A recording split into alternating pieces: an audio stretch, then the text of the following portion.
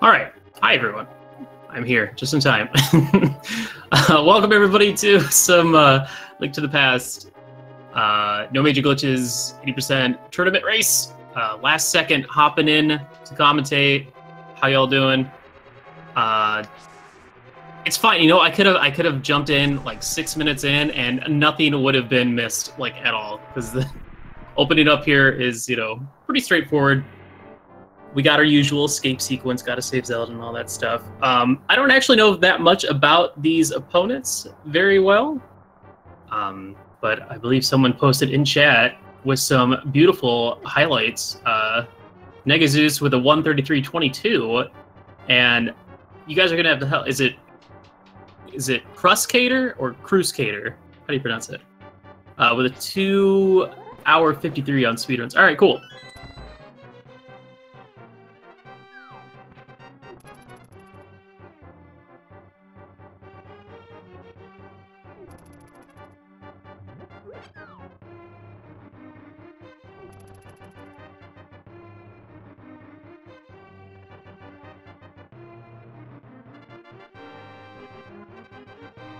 Alright, I think I'm set up here.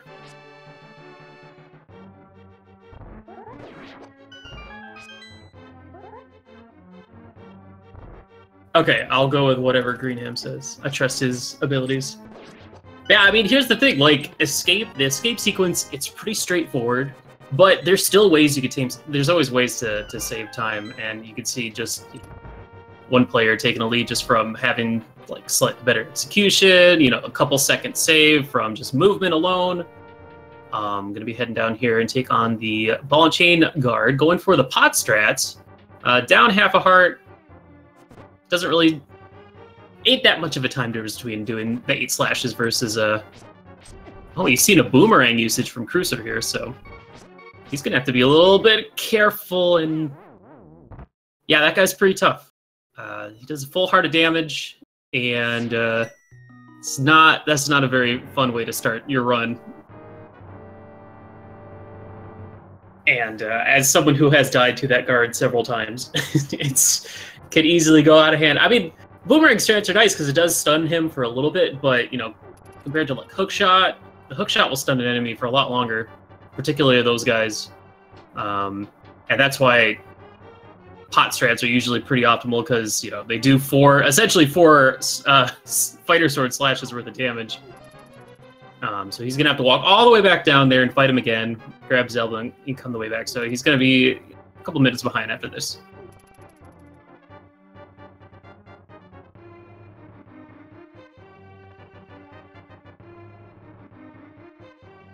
But yeah, it's been a wild ride. We're kind of nearing the end of the group stages of the tournament. We've got a lot of groups already set and moving on into the brackets. Actually, I should, I should be a smart person and fire up that challenge. Take a look, see what we got going on in this group, for instance.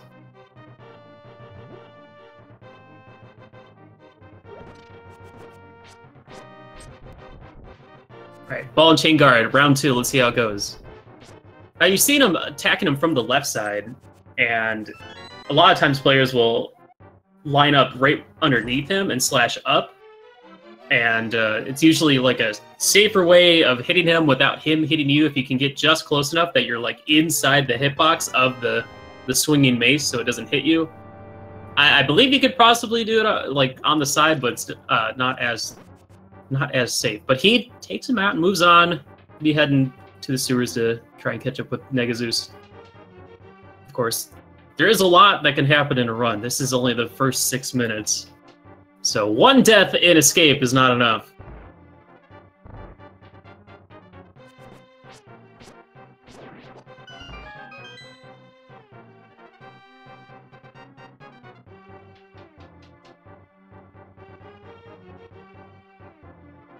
I can't even... Where are they? I can't... Where is their group on challenge?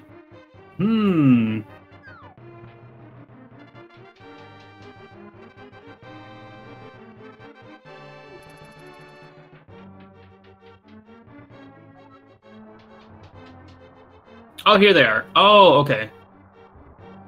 So, mathematically, these players are already eliminated from making it into the bracket stages, so they are, at this point, fighting to not get that hot 0-3, because nobody ever wants that. So, kudos to them. You know, oftentimes you see players that aren't gonna, not gonna be able to make it into the next stage, just opt to drop out instead of taking on their last race. But it's not very often you get to race in an NMG tournament, since they're like what, one every 5 years or something. I don't know. So this is nothing on the line except for pride and a W, one W. That's all you need. negaZeus heading out. He's on his way over to the first dungeon, Eastern Palace. We're going to be heading over there to get the bow, our first pendant, and etc. As well as probably one of the best items of the game, the beautiful the boots for movement. And Krus not too far behind. Still going to make it through here, utilizing that boomerang quite a bit to take to stun enemies. It's probably faster than just, if you were to take a hit. I don't know what's faster, like slashing with a sword or tossing a boomerang. I don't know, well, faster or slower. I don't know which costs more time.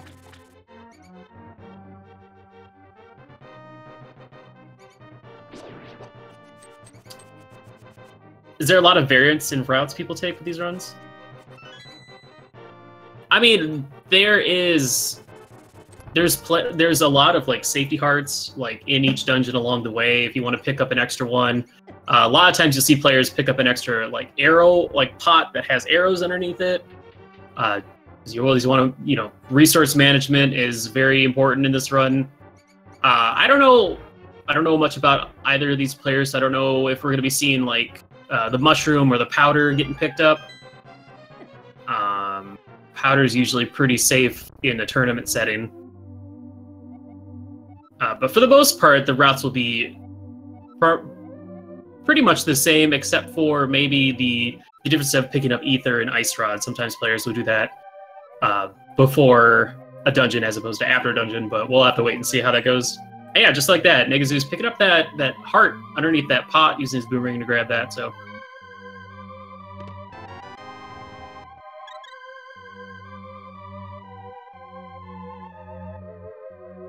Krus now heading on, making his way on over to Eastern Palace, and negaZeus grabbing that first pot of arrows. So we're going to need a good chunk of arrows for this first boss, Armos, and there's a friendly little quick kill you can get if you... We'll see. I'm sure we'll get that from these players. Yeah, nothing much to say about this dungeon. There is going to be a nice little damage boost we're going to be seeing up here, potentially. It allows you to skip having to clear all the enemies from this room. negaZeus having a little bit of trouble in there. Those little popos getting in the way.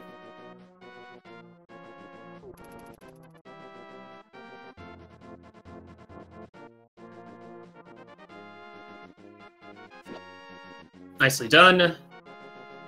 About right, down to heart and a half. So yeah, you take, you run into that popo intentionally to get some iframes, then you can just grab the pot and hit the switch while standing amongst the anti-fairies, and they don't do anything to you. They'll hit you once more, but I'm grabbing a few more arrows here.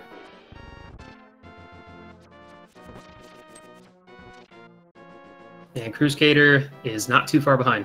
Still about a dungeon behind, but a lot can happen in a run. We'll see how this goes.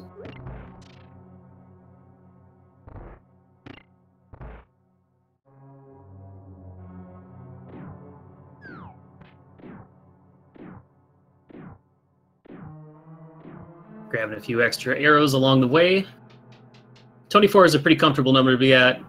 He'll likely opt and grab one more arrow, and we see KrusKader going for the 100 rupees at the front of Escape, or Eastern Palace.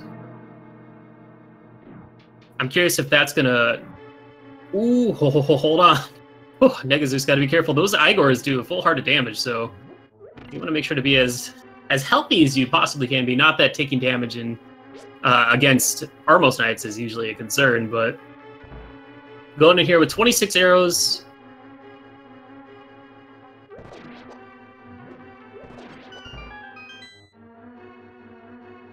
And it looks like he does have the setup for this. Oh, man. See, okay, that's a frustrating thing that happens there all the time. It's like you stop shooting arrows because you don't want to waste one arrow, but then you stop too soon, so then you shoot one less, and then you miss the quick kill. So basically what he was trying to do was kill that last Armos Knight so that it didn't... Normally when there's one left, it turns into the red Armos Knight, it regains all of its health and like increase movement speed. But if you whittle it down to one hit and manage to hit it before it transforms, then that's what we call the Armos quick kill. Didn't get it. Let's see if Krus... Let's see how it goes for Krus. But he's heading into the vanilla big key chest. Going to be grabbing that.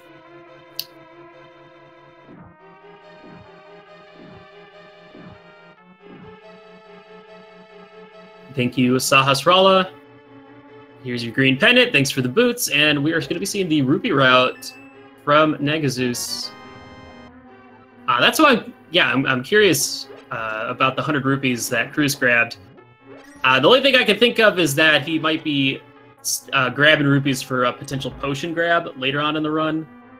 Normally you grab the 100 rupees in the back of Sahasrala's hut, or there is another route which relies on tree pulls, which tree pulls, based on how many enemies you kill and whether or not you took damage, determines whether it drops a set of green rupees, blue rupees, or red rupees. It looks like at this time we will not be seeing that in this run. So, also picking up those bombs in the back of Sahasrala's hut. So negaZeus is now off to go grab the book, which will allow him access to the next dungeon coming up, the beautiful, lovely Desert Palace, everyone's favorite, one of the best bosses in the game.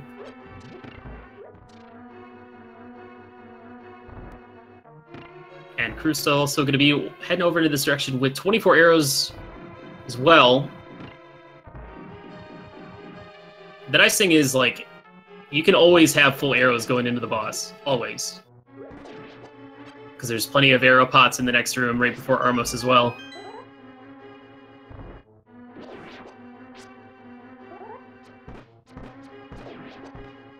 A little too slow on the Igors. Going to grab some more arrows. He'll be sitting at 27 going into Armos.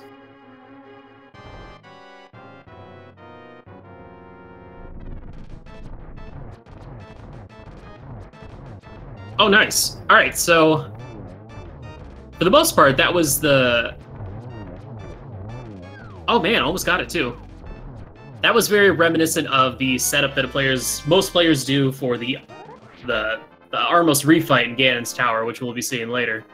I'd say that took about the same amount of time between both players to take out Armos. Very good fights from both of them. And KrusKader will also be heading over to get the book and follow behind negaZeus into Desert Palace. Desert Palace, it's a running simulator pretty much. A little bit of back and forth and then some outside action. Nothing much to say about this one.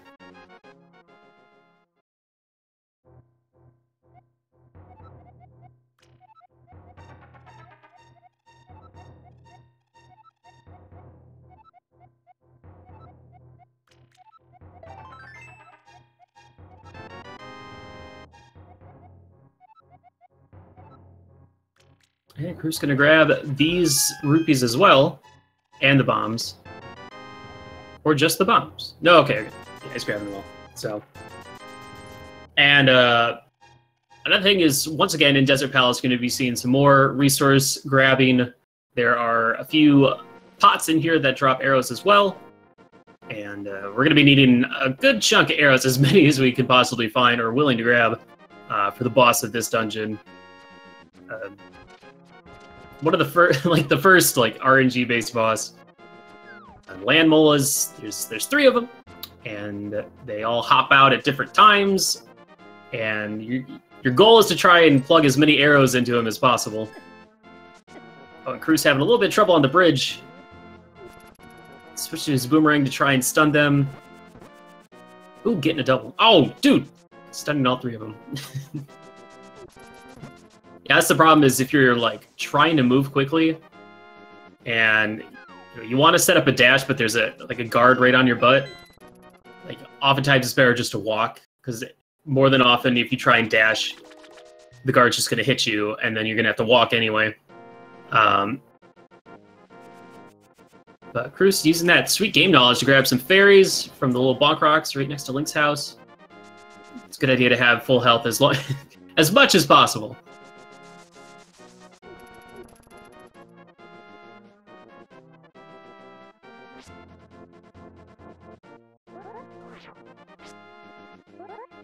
What you're seeing here, Krus, trying to set up there's a little spin speed. One of the nice little like speed strats in the game, which we saw leaving Hasrala's hut, is basically if you combine a spin with like a dash buffer, it will put you in like a weird glitch state where you can't slash your sword anymore. And when you walk up these little ladders, you'll go into spin speed.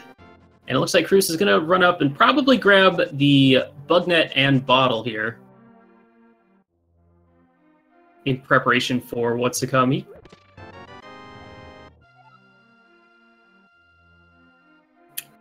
Now, this is my first time seeing a route with a bug net and bottle, at least commentating one on the race. So I don't know when the optimal time is to pick one of these up, but I guess, better safe than sorry. And this Land Moles 2 fight getting a little out of hand. You can see just how fun it can be. But he takes 2 of them down, so just has to get a good pattern from him, and that's... Ooh, oh, so close. And there goes Land Moles.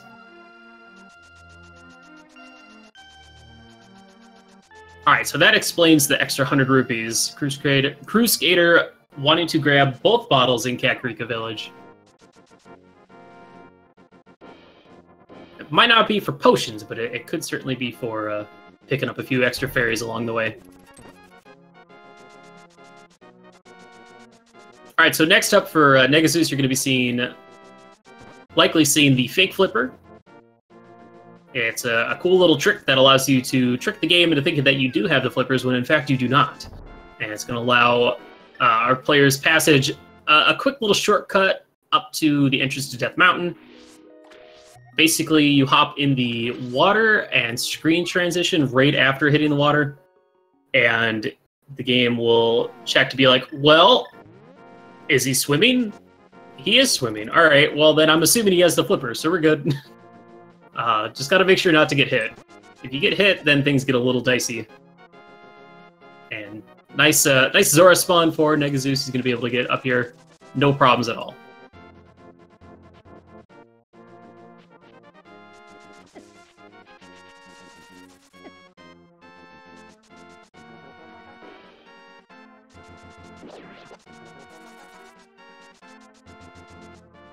Alright, KrusKader going to be heading over to Desert Palace and taking on Land Moles as well. While negaZeus is heading up Death Mountain. This Death Mountain could be a little tricky, a little dicey. Ideally, you want to try and get, of course, to Tower of Hera with as much health as possible. And there's a lot of things that are going to be thrown at you as soon as you leave this cave. We got dead rocks that get in the way. We got boulders falling all over the place.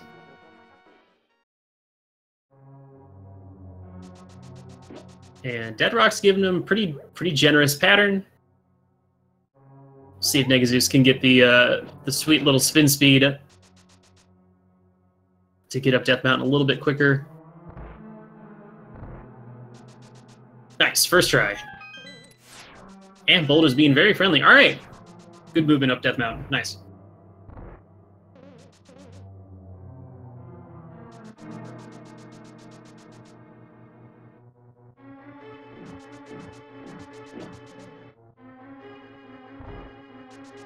I have reason to believe that Fake Flippers only works in, like, Japanese 1.0. That's it. But Do not quote me on that.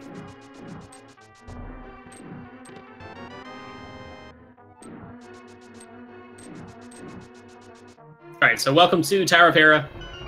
Tower of Hera is one of the gatekeepers of this of the light world.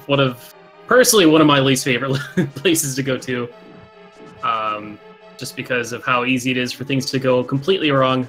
You're going to be seeing here one of the more resident sleeper spots of the game, the tile room of Hera Basement.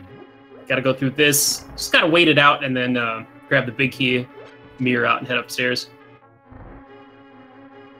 I'm a little worried for KrusKader. He skipped one of the arrow pods along the way here. So he's going to be going into the Lamos fight with a few less. It looks like he's probably looking for hearts, maybe more arrows. I believe there are only 2 arrow pots in here. There is another arrow pot on the way out of Desert Palace, as well as another one right before Land Mullahs.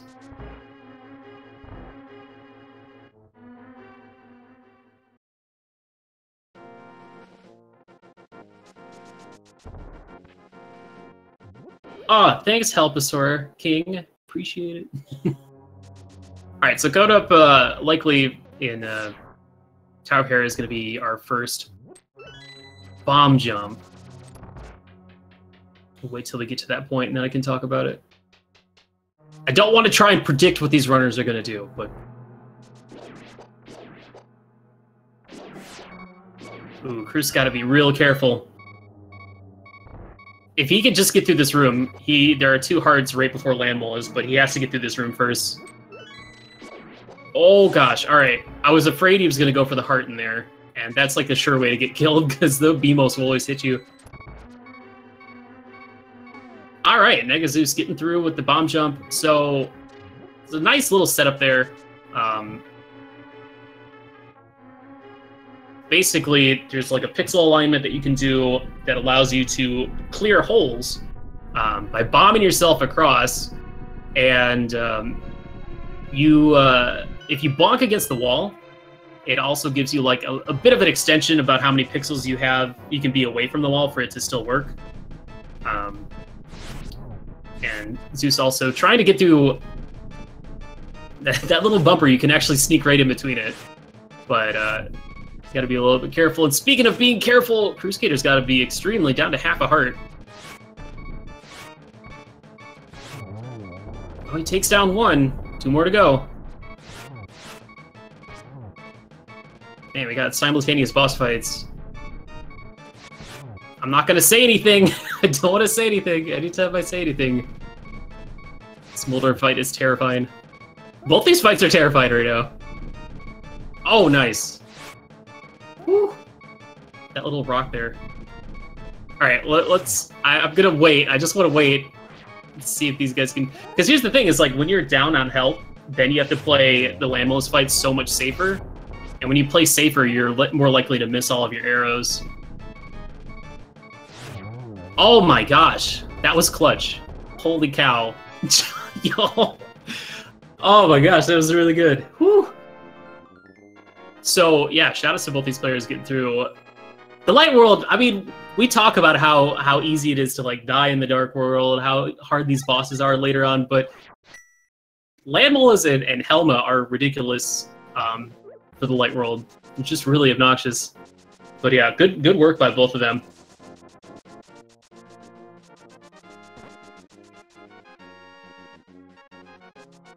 Alright, so coming up next, Krus is going to be heading over to do the Fake Flipper as well, while negaZeus is going to be grabbing that Master Sword and heading into everyone's favorite part of the game, Aghanim's Tower, or Castle Tower, for one more set of RNG. Okay, I stand corrected. So KrusKader opting to skip the Fake Flipper setup, and going to be running back up to Death Mountain on his own.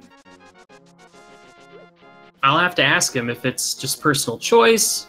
Now I'm especially curious what version he's playing on, because you will see some players opt to not do it, because some players do play on different versions of the game for the tournament. So some people like literally can't Fake Flipper, so.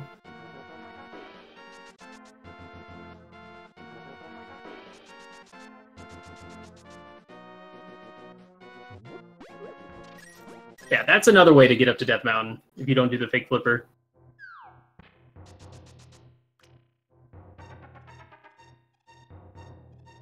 Let's see how KrusKader's Death Mountain ascension goes.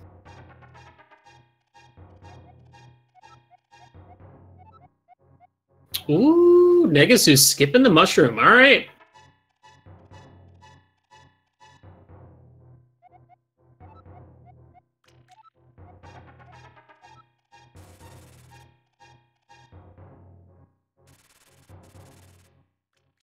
So that mushroom that Zeus skipped is, you trade that in at the Witch's Hut and it gives you magic powder, which is a very nice safety, and usually one of the last safeties that players drop when they're like confident enough that they can get through the game without taking too much damage. It allows you to powder certain enemies like the Antifairies that we saw in Eastern Palace, or another enemy we'll see once we get into the Dark World, the Rabbit Beam or the Bunny Beam. It's a little yellow rotating beam that turns you into bunny form, which we saw at the top of Death Mountain. Basically, if you powder those, it drops a fairy, which gives you a good chunk of hearts. And yeah, skipping that means that you gotta be pretty confident that you're not going to take damage. It's really easy to take damage in this game too. It's really easy to take a lot of damage since you pretty much go through the entire run without picking up a armor upgrade.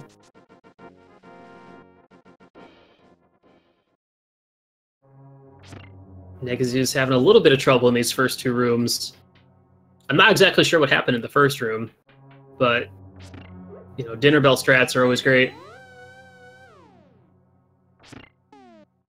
I know sometimes I've like let go of a spin before it's fully like charged up, and then I just stand there like an idiot as Ganon stands there looking at me like I'm an idiot.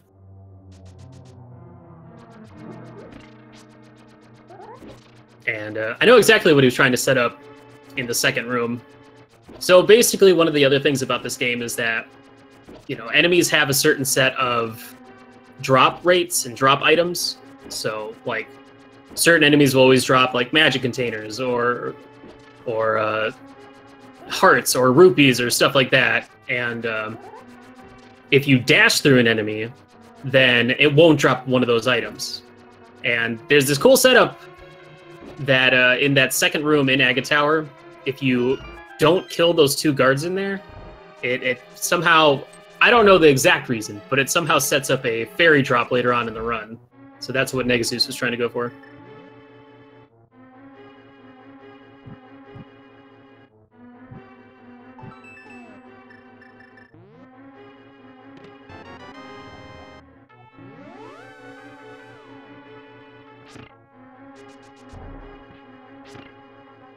All right, KrusKader making his way up Tower of Hera. Let's see how his bomb jump goes. Ooh! Oh, gotta be careful. Oh no! Gosh, those enemies do so much damage. At this point, like a single heart of damage is, you just can't afford that kind of.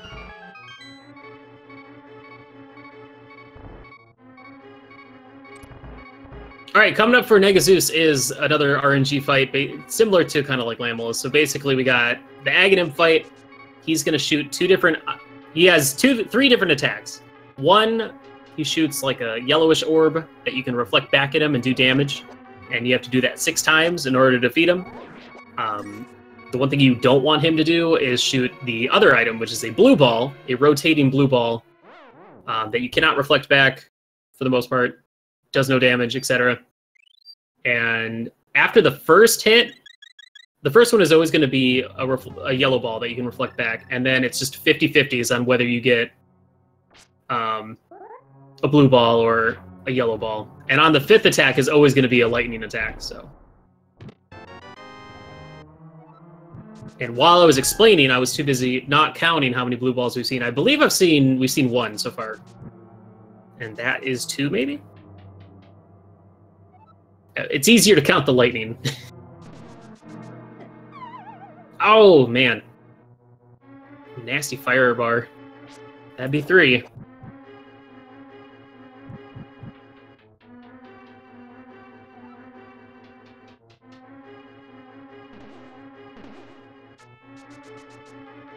All right, well, 3's pretty. This is pretty good. I think a player can be satisfied with 3 blue balls. 3 or 4, 2 lightnings. It's not too bad. All right, so in the meantime, we saw a few things from KrusKader, including an intentional death from a Moldorn just so we'd have enough health, because you have to take intentional damage to do the bomb jump, and he had a safety fairy, so just one more. Oh my gosh! All right, so let me explain that. The weird thing about the Moldorn fight is if you're getting bullied up against like the edge of the pit, as long as you're holding a direction against the pit, you're less likely to get knocked down it. Now, if you actually take damage from Moldorn, then you're probably gonna fall down. But good work by both players, not taking any dips on Moldorn here.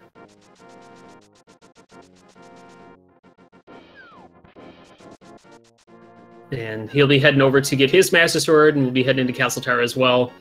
negaZeus is going to be headed to the first Dark World dungeon, Palace of Darkness. There's a few nifty tricks we got going on in this one, particularly the well-known hammer jump, which is a double pixel perfect setup for a bomb jump to get to the big chest that holds the hammer.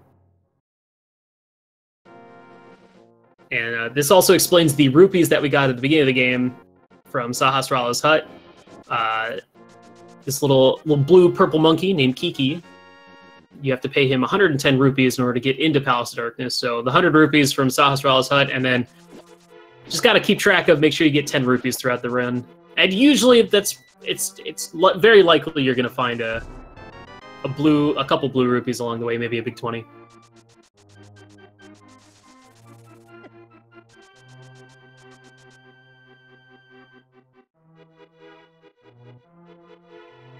And we did see KrusKader pick up that mushroom. A lot of times players will pick up the mushroom on the way back because it respawns anyway. So when KrusKader goes back, you'll see the mushroom again. You're like, wait, I just picked this up. Why is it there?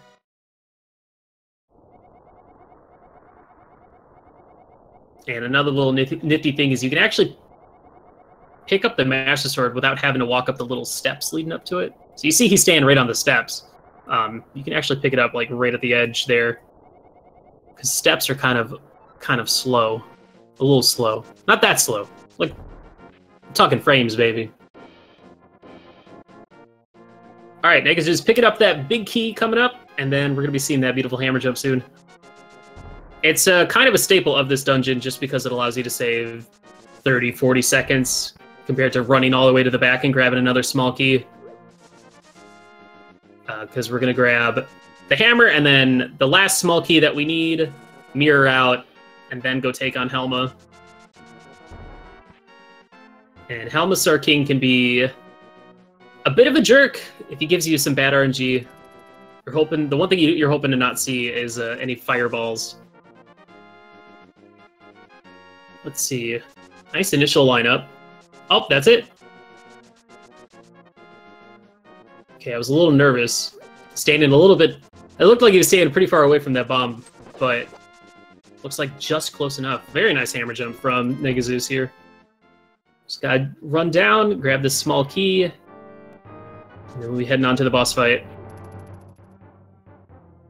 A lot of bonks from both these players. I'm curious who's playing on console. Well, I see KrusKader is playing on SNES 9X. And I know for a fact that playing on an emulator is a lot likelier of a chance to throw in a few extra bonks along the way just because of the input delay. Ring the dinner bell.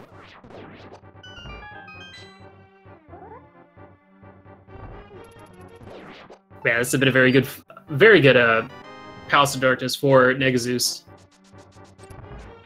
KrusKader setting up a different key dash. Normally you could do is, if you pick up the small key and walk straight to the left, you'll always be in the right lineup to get a key dash. And key dash is just one of those fancy little tricks that just comes down to, pixel lineup. Essentially, I think there's a command for that, but basically how you're lined up from the door, a certain amount of pixels will allow you to dash through the door, opening it up without taking a bonk. If you don't have it lined up, you'll open the door, but you will bonk on it and lose a little bit of time. See, I know like the stuff, but I don't know like the details. I'm coming from someone that's like, I play the game, it just does what I want it to do because I know that it works. I don't know why it works, but I know that it does. But a very nice turtle room from negaZeus.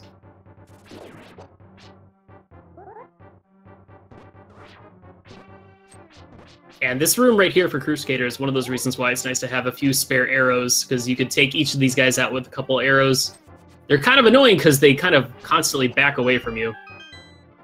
As for the Helma fight for negaZeus, it's 17 hits to the face with the hammer, which knocks off the mask, and yo, that is gorgeous! Oh my gosh. So really nice pattern from Helma, giving him the tail slap right after breaking off the helmet, which allowed him to sneak in 3 hammer pokes in a spin.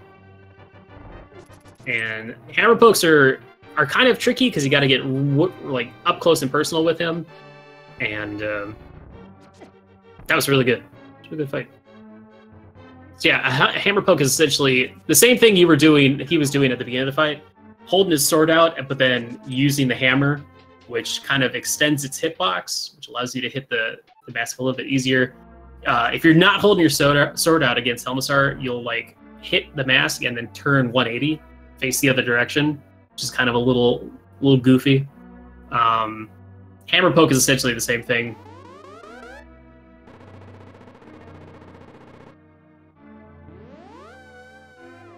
Yeah, really good fight. That was a very clean Palace of Darkness. I'd be curious to see what his splits are looking like for that one. Like that was like a gold split right there.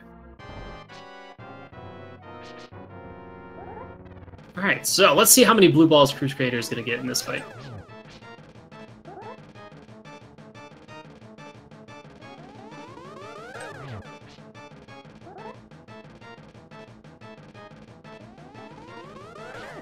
Here's our first one.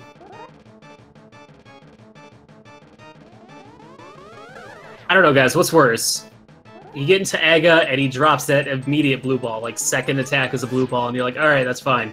Or he gives you 5 straight hits and then like an onslaught of blue balls right after.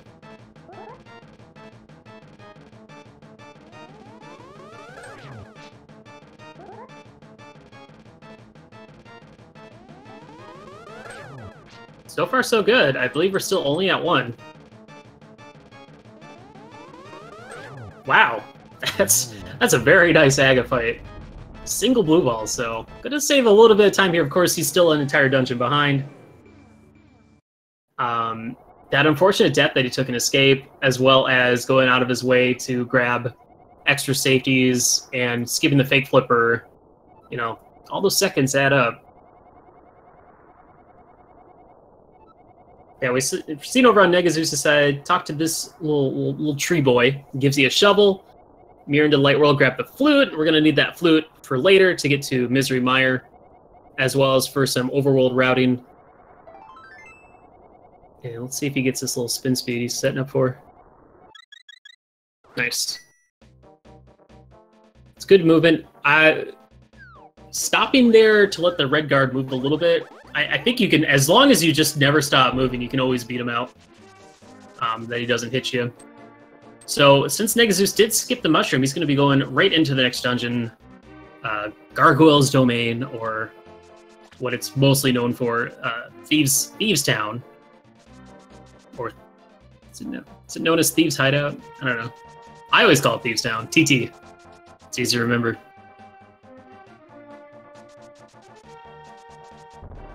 Nobody calls it Gargoyle's Domain.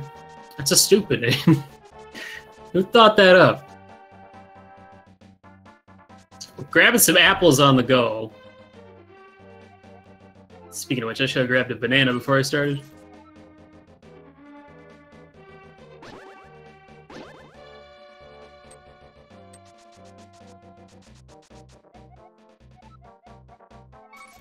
Here's a little nifty time save. Over on KrusKader's side, you saw him dash up into the entrance of pod. If you dash up, but then right at the last second before you hit the trigger, like stop, like cancel your dash, and then move up, it will actually like essentially teleport Kiki right up to you, so you can save a little bit of time having to wait for him to walk all the way up to the entrance, like slowly.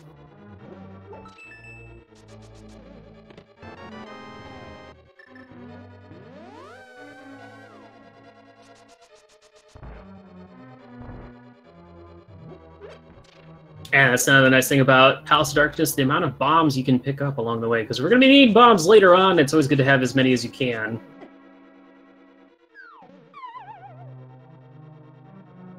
Looked like KrusKader was about to dash up and like go to the bridge and keep going, and then realize, no, I got to drop down here.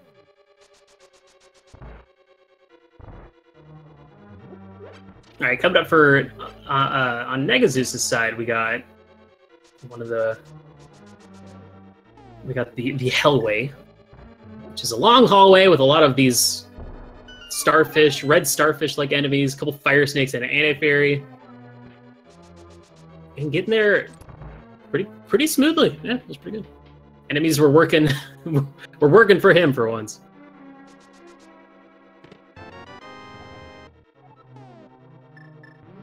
KrusKader now grabbing the big key. Be heading in the back to do the hammer jump. Or potentially, let's see how they route.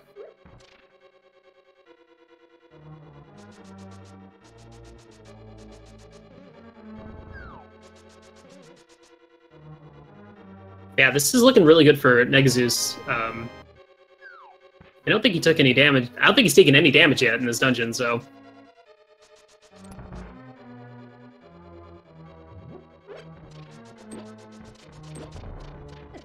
All right, it looks like KrusKader is going to go head to the back to grab the small key back here. So, nice. We get to see a little difference between the two players and how they route. Backup strats for days. Yeah, small key down here, and then he could dash back up. He's going to have to go through the entire dark maze, skipping the first chest, because I believe the first chest is just a single arrow. Grabbing the second chest, which is a small key, as we remember, and then the big chest having the hammer. negaZeus getting through, grabbing blind, or the maiden.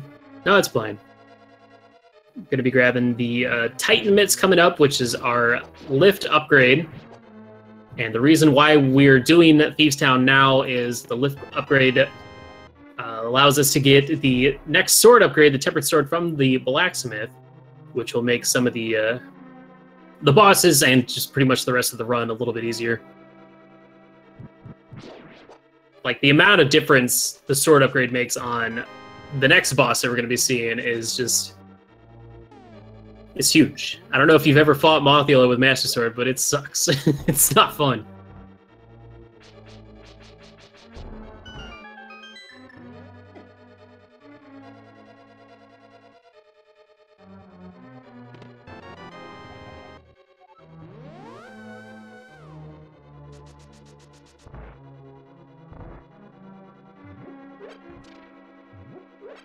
Oh, by the way, did you guys know that blind is a scripted fight? It's whatever.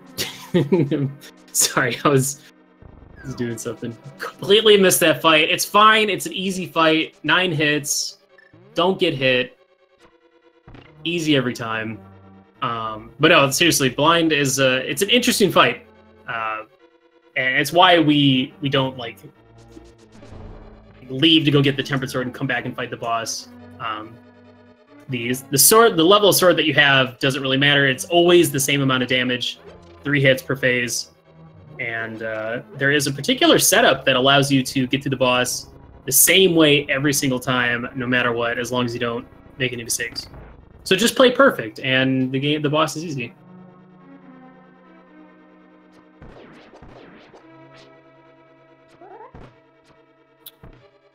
Hopefully, okay. Missing an arrow there. I hope KrusKader goes ahead and picks up a few extra arrows in this room. Here we go. Yeah, grab them all. Because another option we do have for Helmstar King is hitting him 8 times in the noggin, in the jewels, with 8 arrows, as opposed to doing hammer pokes. Slashes are usually the safest, but it really depends what kind of pattern you get. And we see over on negaZeus' side, this is a talking frog, but once you pop into the light world, he turns into a little dwarf boy, and will exchange a sword for goods and services. Was it like $10 to get a sword upgrade? Man, it's cheap, man. Cheap around here.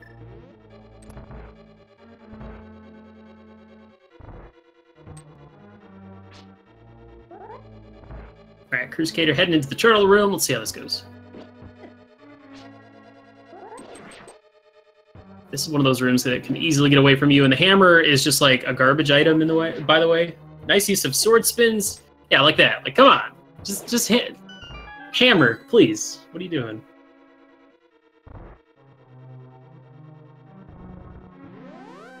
So,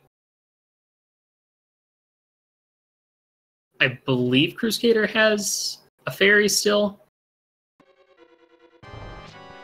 2.5 hearts is a scary place to be. Basically, anything that Helmistar King throws at you does 2 hearts of damage, and not getting a very friendly start with the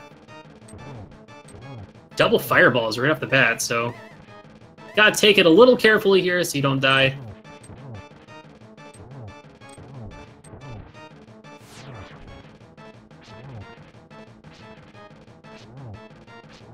All right.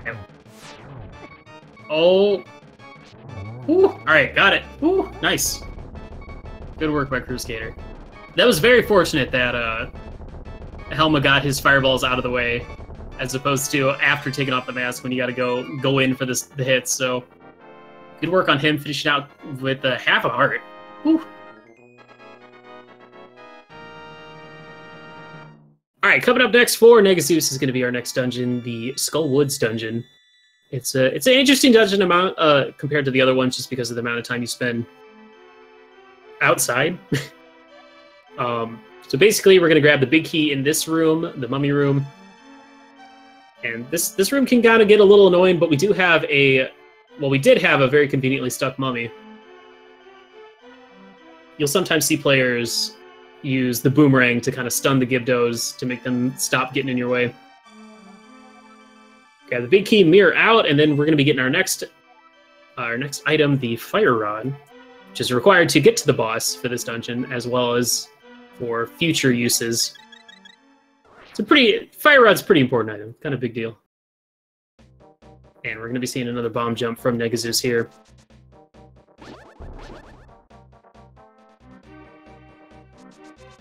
Utilizing that bonk strat to get across. Grab that fire rod and opting to mirror out. There's a few options you can do in that room. You can either just fall in the hole and it'll put you right in the door and you can leave. If you're comfortable being down a few hearts, an extra heart. You can bonk across the hole and walk out, or switching over to mirror.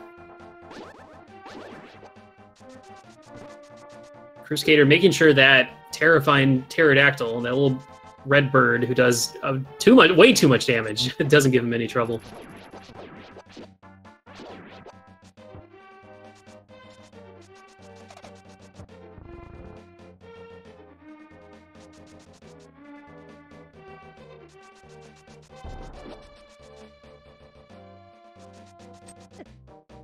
Yeah, so far, both runners have been getting through the run at their pace. No major mistakes.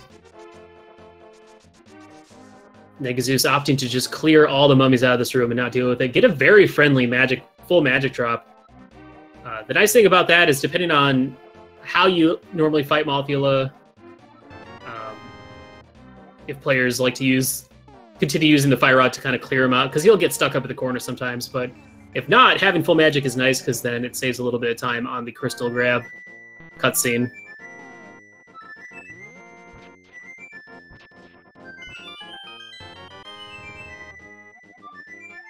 Wow, that was a very good Mothula. So you initially saw him dash up, bonk off the block. Doing so actually does, like, essentially 2 hits on Mothula. And then you saw him also slash him into that block again. The one thing that's kind of weird about Mothula is that there's a certain like tier of weapon. In order to make it so that he didn't immediately die to his own spikes, they made him invincible to his own spikes, which coincidentally has a similar damage value as like a Tempered Sword Spin, or in some cases a Gold Sword Slash.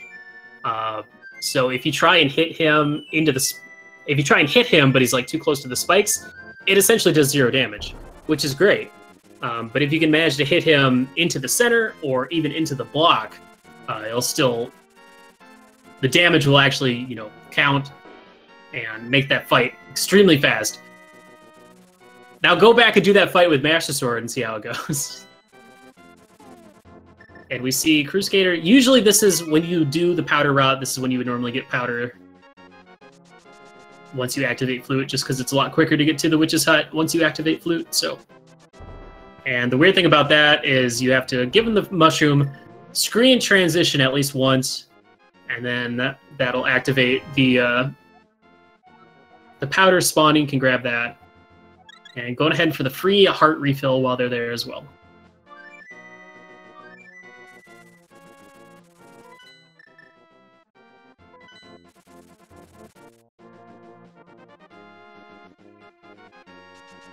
Next up for negaZeus is a few more overworld. I didn't see nothing.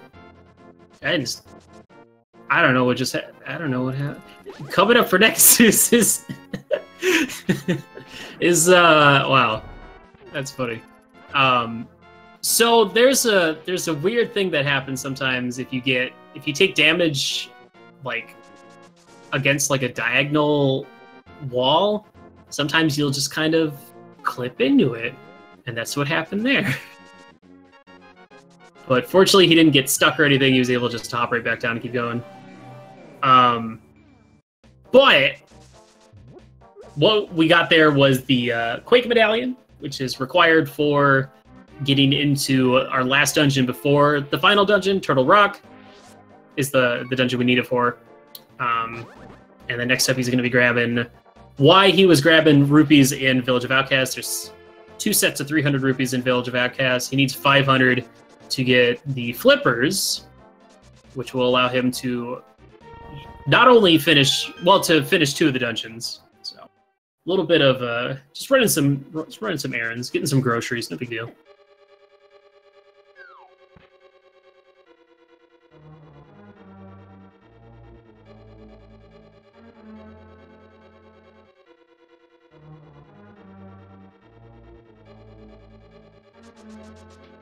And this is just the most optimal way that players route grabbing Quake and flippers.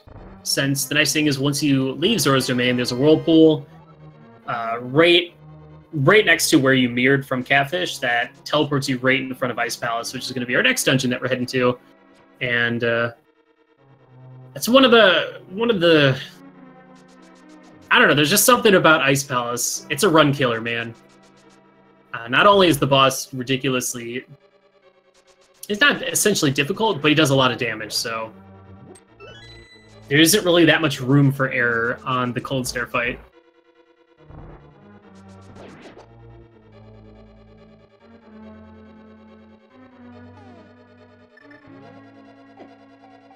But coming up in Ice Palace, we are also going to see one of our other extremely big time saves in the run from another bomb jump.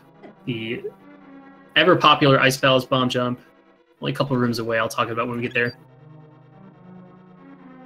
KrusKader walking his way through the Hell Wave, powdering that fairy just to get back up at full health. This game is hard, and it's really easy to lose a lot of health along the way, so that's why you'll see a lot of players keep powder until they get the sub 130. Because all it takes is a couple hits from an enemy that does 2 hearts of damage, or 1 chain chomp hit in T-Rock, and the run is basically on red alert.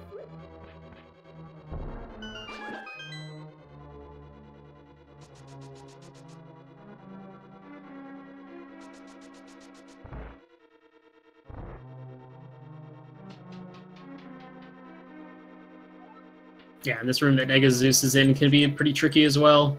That moving moving floor plus the spikes. All right, so another double, more or less pixel perfect lineup here. You'll see him use the door to kind of line up at the top of the room, place a bomb, and then move down a couple pixels. There are a few ways to line it up. Gets to it on his second try, so not bad.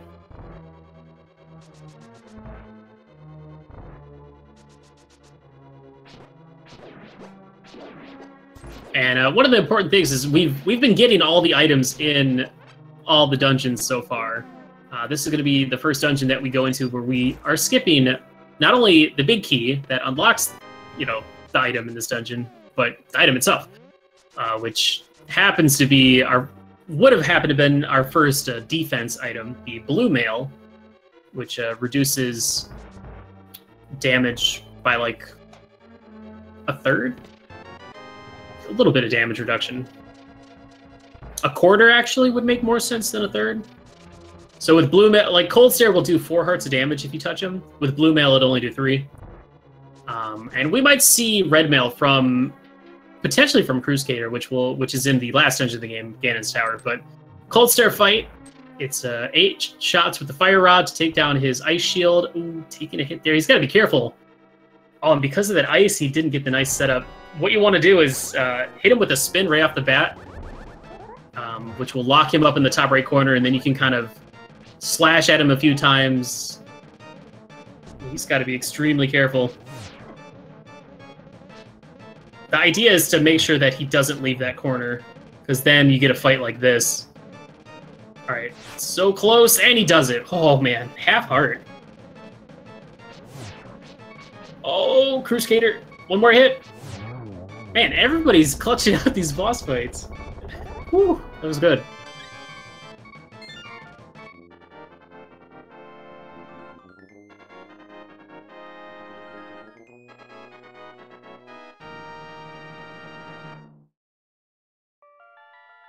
Good job by both those guys.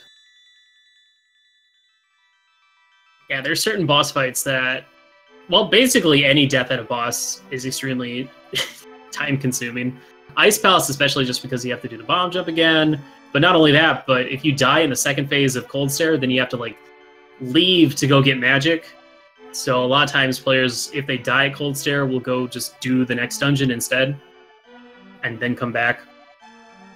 Because you waste time standing around trying to get magic refills from enemy drops and whatnot, so...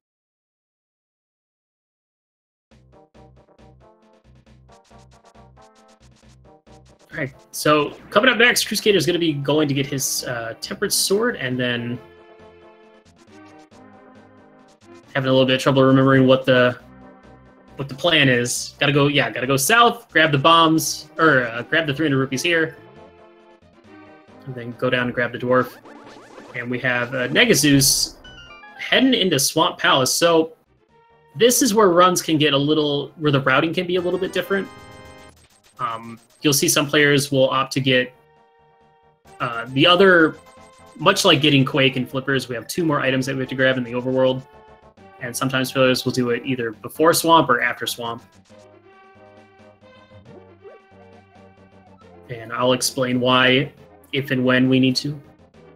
But yeah, heading into Swamp Palace. Swamp Palace is one of those dungeons that there isn't any huge tricks. It's basically just trying to get through every single room as optimally as possible. It's a pretty long dungeon. It takes a bit of time.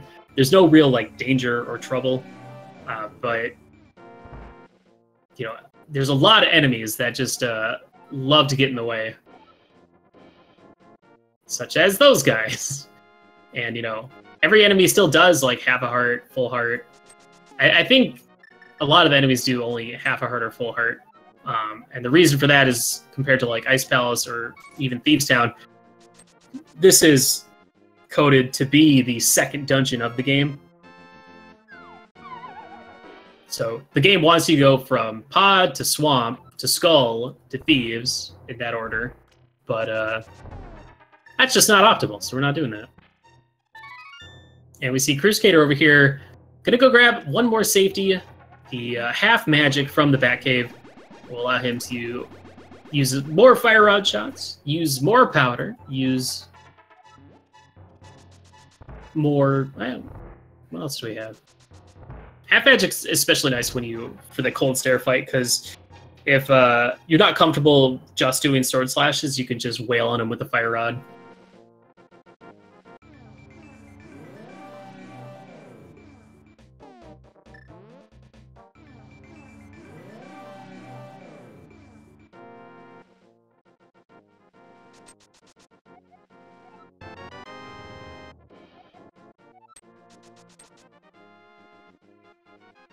And one of the reasons why Swamp Palace takes so long is because we have a bit of back and forth you have to do to set up going on to the left side.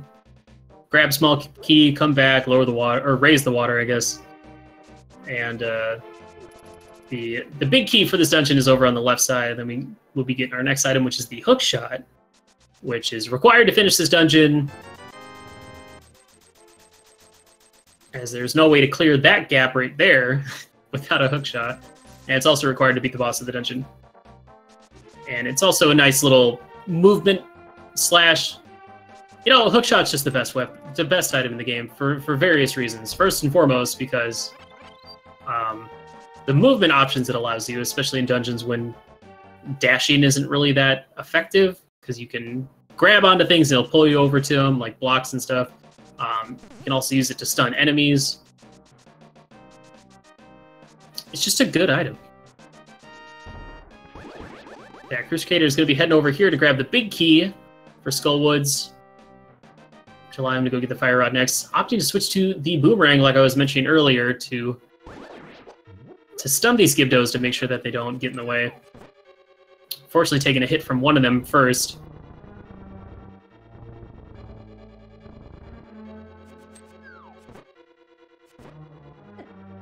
Yeah, unfortunately you can't. Man, it'd be great if you could stun the wall masters with the boomerang as well. Is that gonna work? That might be too far to the left. No, it's fine. All right, cool.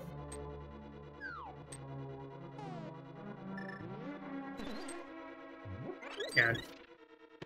There's a lot of like little safeties scattered throughout these dungeons, like bunny beams hiding under pots that you can always powder, such as the one that KrusKader just got right there. We also saw earlier he bonked into a rock next to the Dark World fortune teller, I guess, right north of Village of Outcasts that dropped 2 fairies. So it's always better to be safe than dead.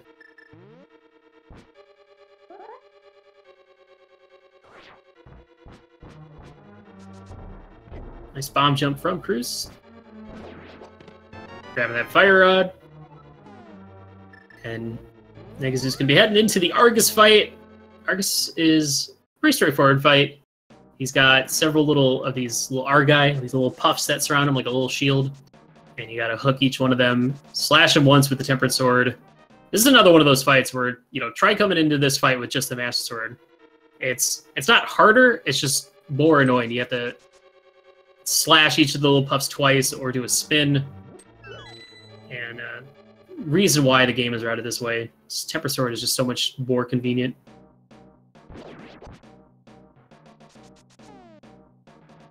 And of course, Argus still does a little bit of damage. And Zeus has to be a little careful here, down to 3 hearts. And then just using 2 spins to take him down. Nice fight.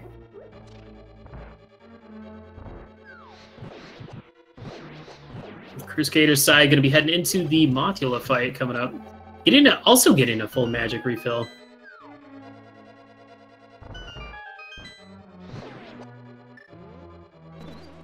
Grabbing a fairy here, powdering that bunny beam.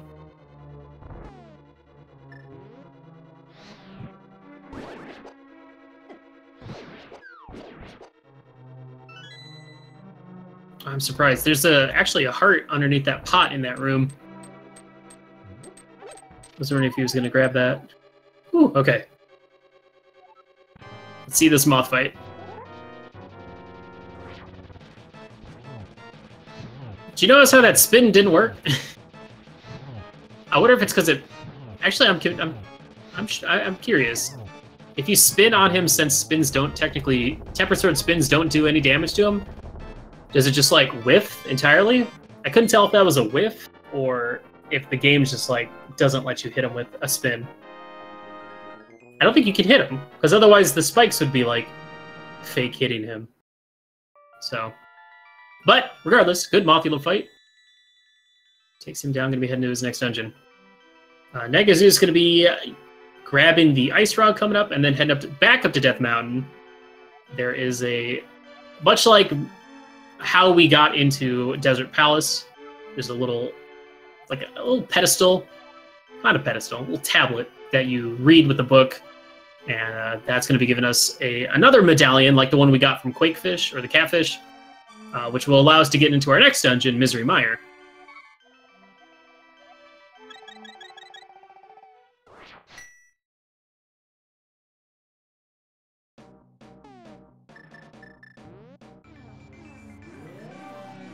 Let's see if he can... He has the hookshot now, which still opting to go ahead and just use spin speed. And does it on a second spin. Nice.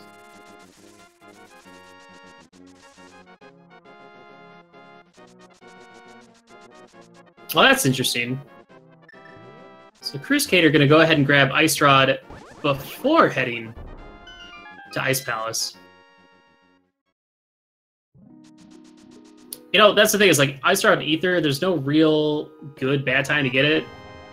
I don't know, since you have to basically flute to one location and then just flute to the next location, so whether you get it now or later doesn't really matter too much. Ideally, both players want to have full health going into the next dungeon, both Mire and Ice Palace, just because Sword Beams, for once, actually come into play in these dungeons. And negaZeus getting through Death Mountain without taking a scratch. KrusKader having a little bit of trouble. That Dead Rock just would not get out of the way.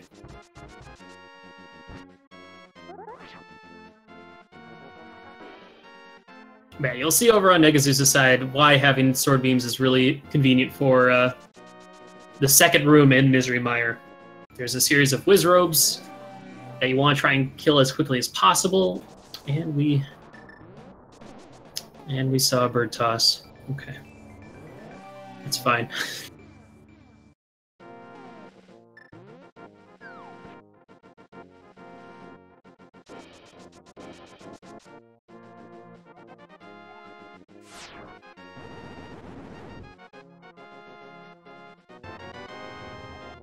Nice. Cleared the room pretty quickly. Didn't get the usual setup, but still finished that room with good time. It looks like KrusKader accidentally flew to the wrong location. He was trying to fly to 4 because he needs to go up and head over to get the Quake Medallion. Gonna drop over here and grab some more fairies again.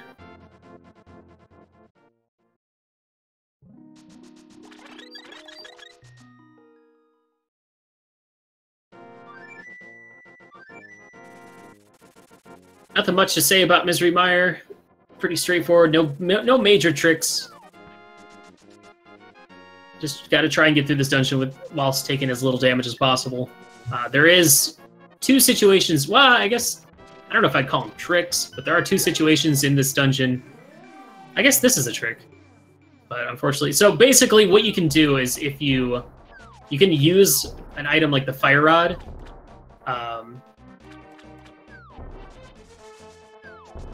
And as you're pushing the block and shoot the Fire Rod, it'll actually go straight through the block as if it doesn't exist and light the torches. Unfortunately, negaZeus was a little too slow with the Fire Rod, so it ended up hitting the already pushed block.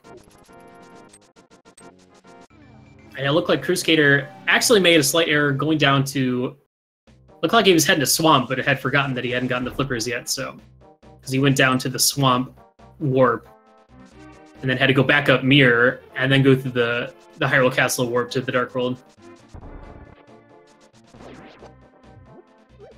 Yeah, as I was saying, in this dungeon, Misery Mire, there are 2 situations where you take intentional damage to set up iframes.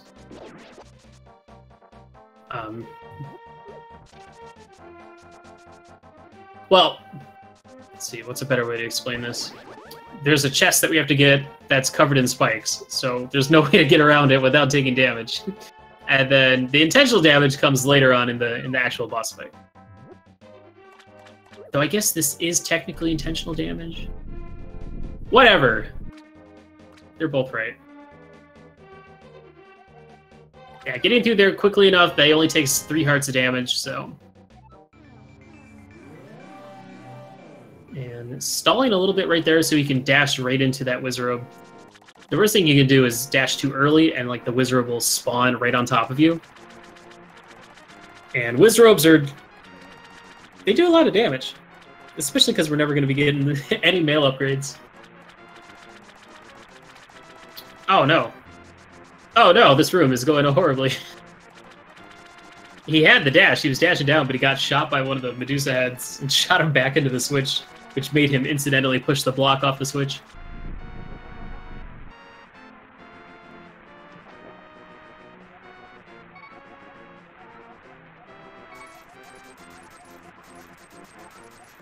negaZeus was going for...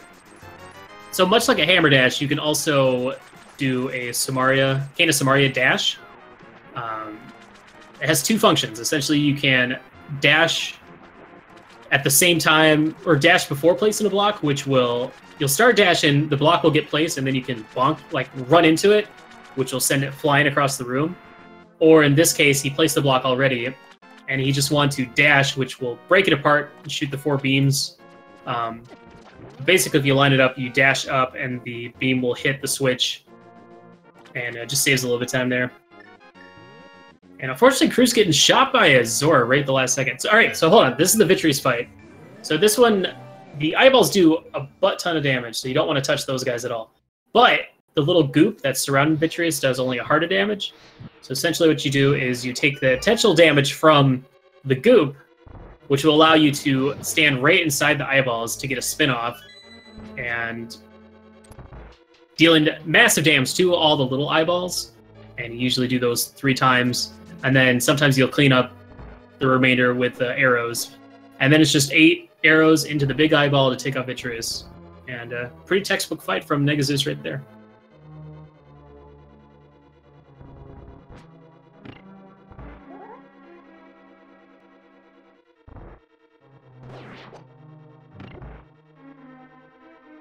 It's a very interesting setup for that room from Krus. Another thing you could do, I don't know, I think people usually just dash in and slash, but I will dash in and then hold my sword once I enter, since whenever you dash through a room, your sword... you won't continue dashing into the next room, but as long as you're holding the sword button down, you'll start charging up a spin. And then walk over and spin to kill all the penguins.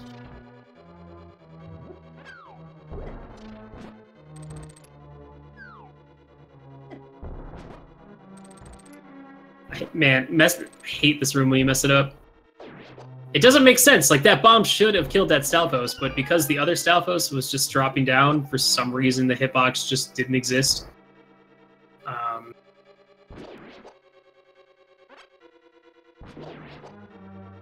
We did see a bomb jump from Krus in Skullwood, so let's see if he goes for the bomb jump in here.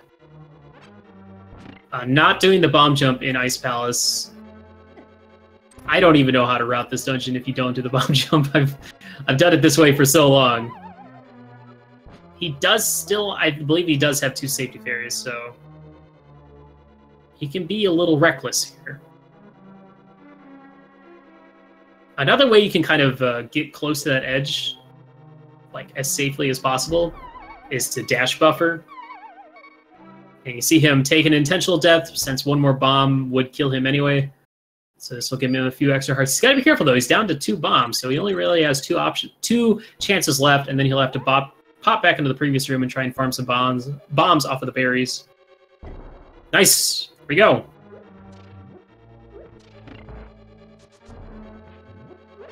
Good work. Got on the 2nd or 3rd try.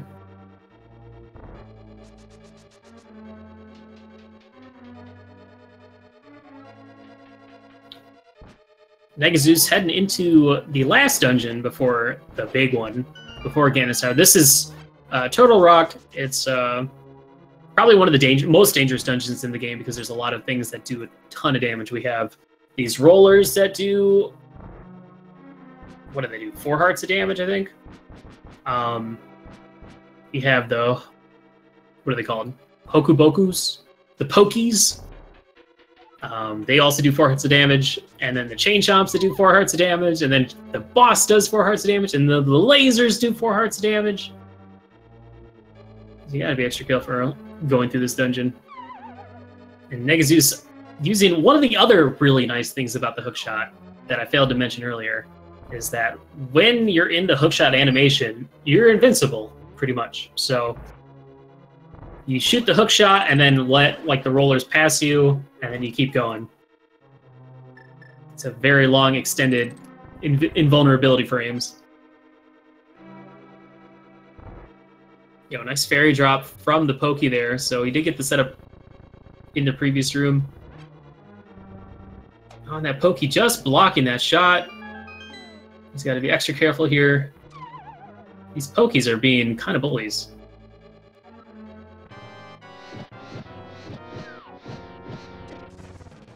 Oh my gosh, negaZeus, please. Down to 1 heart. He's trying to bait them out. And makes it through. And nice work by Krus. Just going ham with that fire rod. Which is one of the high points of having that half magic is you have so many extra fire rod shots. Now unfortunately for negaZeus, he does not have any safeties. So he's got to be extremely careful. Basically, anything in this dungeon will kill him at this point. So, if he can at least make it to like the halfway point,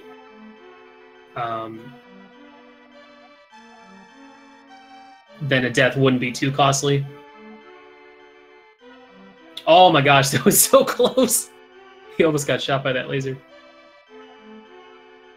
Yeah, now picking up the big key. This is another dungeon that we don't grab the item from it. The big chest holds the mirror shield, which the nice thing about this game is you can go straight from the fighter shield, the basic shield, to the mirror shield. It's not like progressive or anything like that.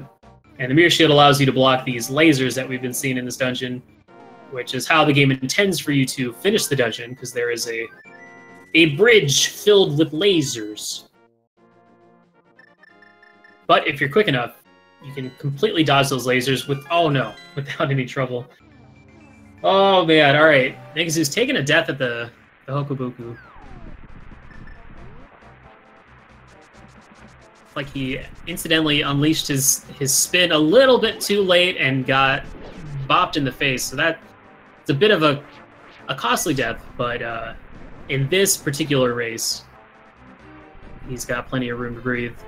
But of course, taking a death like that basically throws any chance of getting a PB. Yeah, that's unfortunate. Especially right there, because he was just like only a couple rooms away from setting up.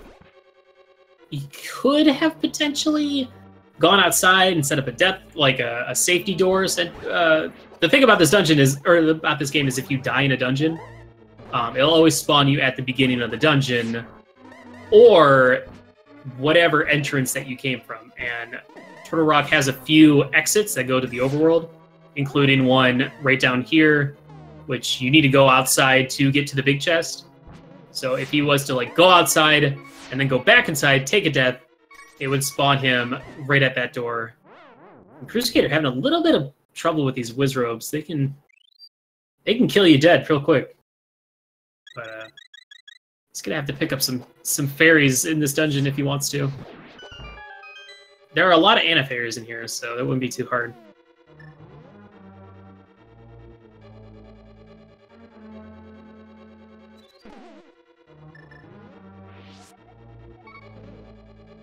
All right, negaZeus heading down. He's gonna be going through the little dark platform maze thingy, and then we'll be probably going to be seeing at least one laser skip coming up.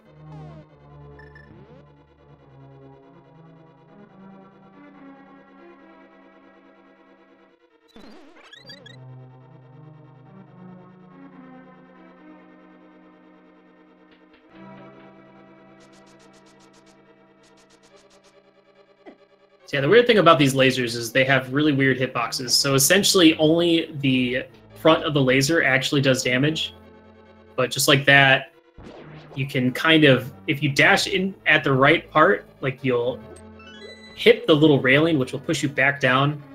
But if you do it so at just the right time, you'll skip the front of the laser, which is where the hitbox is, and then be inside the back part of the laser, which doesn't have a hitbox, and essentially skip it.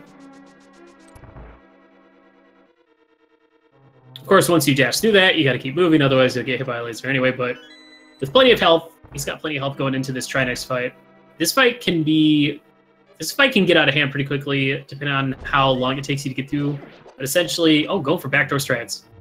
So it's 2 ice rods and 5 slashes to take down the firehead, and then 2 fire rods and usually 4 slashes, since the fire rod does damage to the ice head. Very clean fight. Let's see if you can get the double spin coming up. Double spin, pause to hookshot. Double spin. He's fine. He's fine. That was a good try next. Yo, shoutouts to the backdoor strats, man.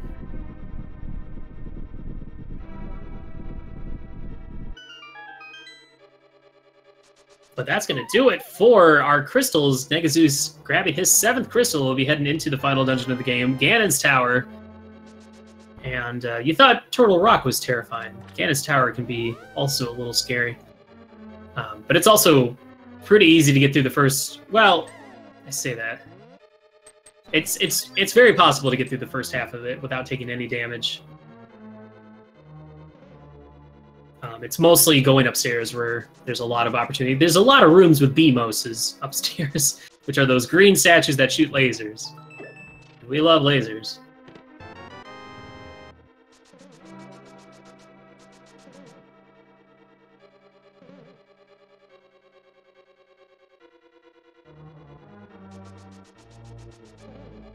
I think... Alright. KrusKader might be... I think he grabbed that small key to essentially avoid having to do the spike chest. So he has more health going into the boss fight. Oh, but unfortunately... So you can, if you get around there quick enough, you can get through there and cross the bridge before the bridge starts falling out. Oftentimes players will just switch to hookshot, which allows you to hookshot across and kind of skip all that. Yeah, taking a bonk there kind of negates the possibility of getting through there. But yeah, welcome to Ganon's Tower. Gonna be taking a route over to the left, grabbing keys along the way, and one of the significant features of Ganon's Tower is that it's in 2 parts. There's the basement, which is where we're at now, and then there's the gauntlet. And part of the dungeon also features refights of basically all the Light World bosses, so coming up will be our Armos Knights, followed by Land Molas, and then Moldorn, and then Aghanim again. So, unfortunately that Stalfo's getting in the way. Now another option you could go for is you can hook those skull pots to get across as well, if you don't feel like waiting for the Stalfos to move.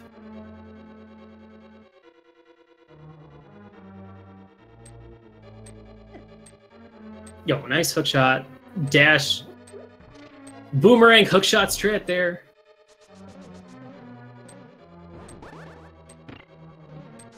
This game's broken, man. You can just hookshot right through walls. No big deal.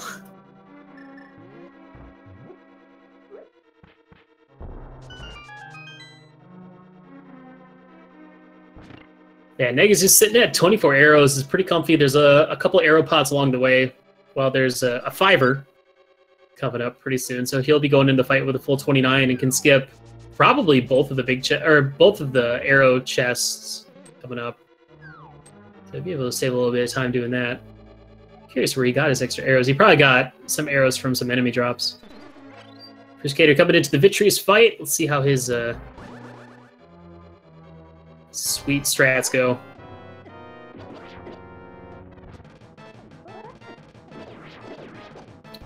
Playing it extra careful, taking a wide angle to get in there, just to make sure that the eyeballs don't get him.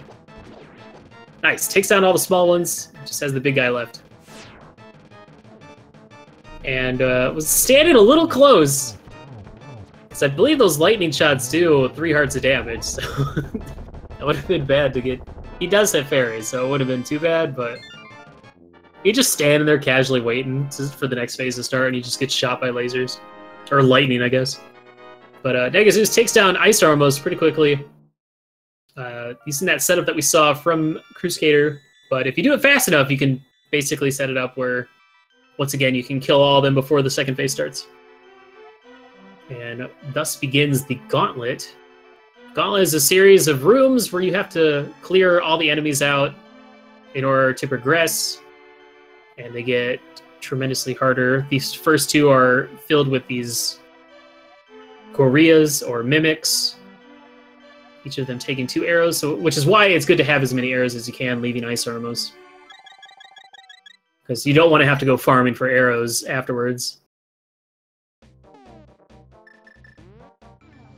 Yeah, negaZeus taking a bonk there on the. Basically, if you dash right as you enter that room, you'll always get the key dash. But if you move even a tiny bit, like forward, and then start dashing, you'll bonk. Unless you get lucky and set it up again inadvertently.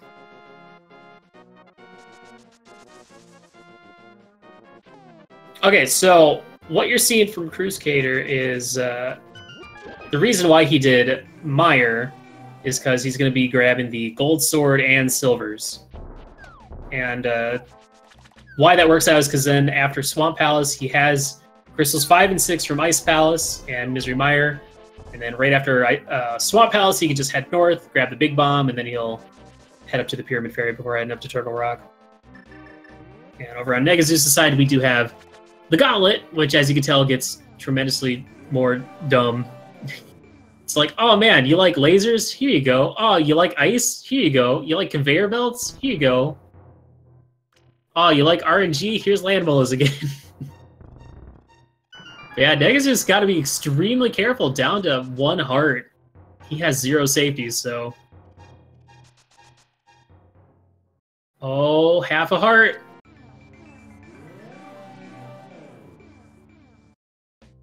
Oh, wow, beautiful.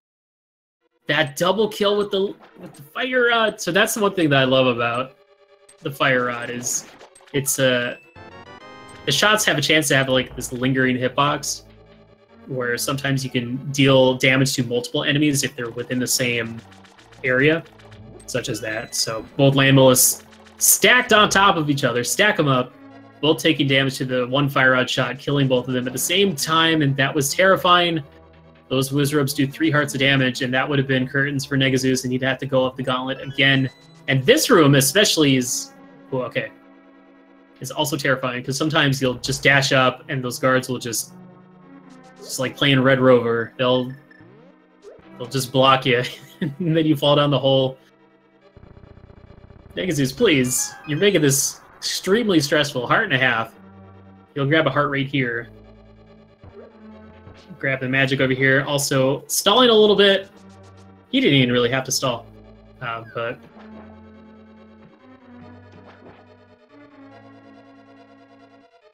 So at most, he's going to have 3.5 hearts going into Ganon.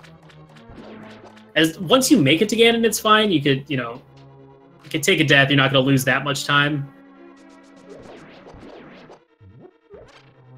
There is actually another heart right next to the chest, but then you have to risk getting hit by the Anti-Fairy, and it's just not worth, I don't think. And now we have the Moldorn 2 fight, which is just a spin and a slash with the Tempered Sword, assuming he's... Alright, good fight.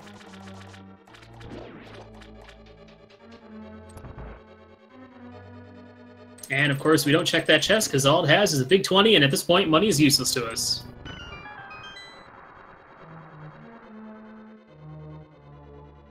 KrusKader making his way to left side swamp to go grab that big key, which will allow him to get his hookshot.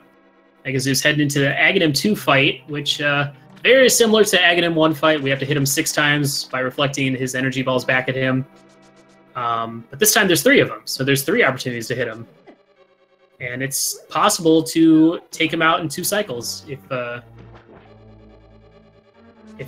price is right. Of course, the shadow, like the transparent ones, will always shoot the energy orbs, but sometimes the Aghanim, the actual Aghanim, the one you're trying to hit, will shoot blue balls as well. Fortunately, negaZeus not getting any blue balls in this fight. Taking him down, I believe that was 3 cycles, so 3 cycles is, I'd say, average. Pretty average, so you could be satisfied with that. You can go into the Ganon fight feeling good. Also taking 0 damage, too.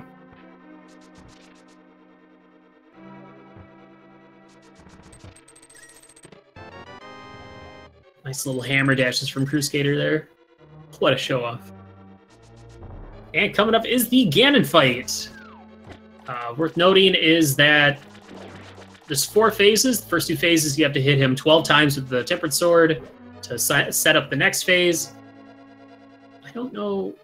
Didn't look like he actually got that Trident spin. Hard to tell. But, into phase 2, just wailing on him. He's got to be careful because all of these circle bats do 4 hearts of damage and takes an unfortunate death there. Now, he's got to be careful. He's going to come back with 8 hearts to work with. Is that 8 hearts? That is 8 hearts. So he could take... So 2 fire bats to the face will take him out, will be his demise, or 1 beautiful Ganon hug. So he's got to be extra careful here. Unfortunate death, but thankfully, if it was going to happen regardless, it happened pretty early in the fight.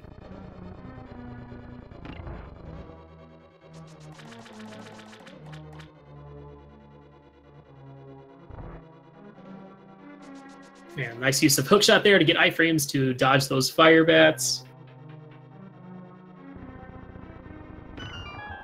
Looking like it's going to be a 2 and 2. Oh, gotta be careful.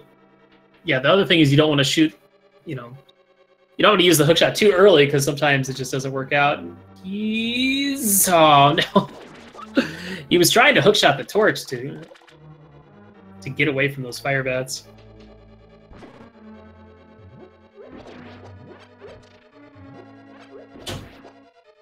All right, 3rd time's the charm.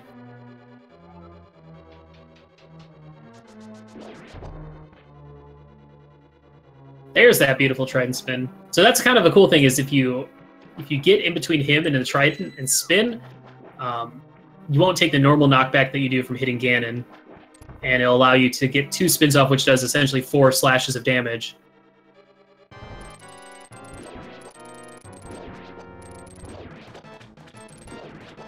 Oh no! All right, this is a very common occurrence that apparently it happens in NMG. Is the death cycle, just going back and forth, back into the Ganon fight over and over. There is, if you want, I would advise maybe after this fight, if he takes another death, there's just south of the pyramid, there's a tree that you can bonk into that'll give you a fairy. It'll put him at full health. It'll let him take at least 3 fire bats to the face. But you know, you're frustrated.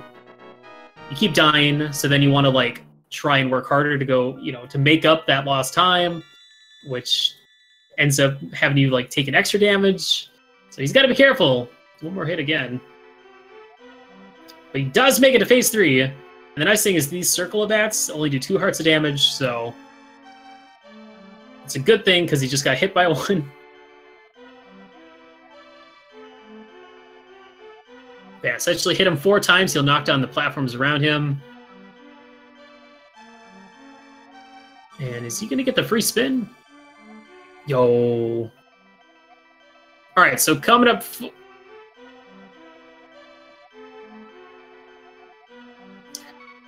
Bottom left spawn is the worst, is literally the worst for that phase 4.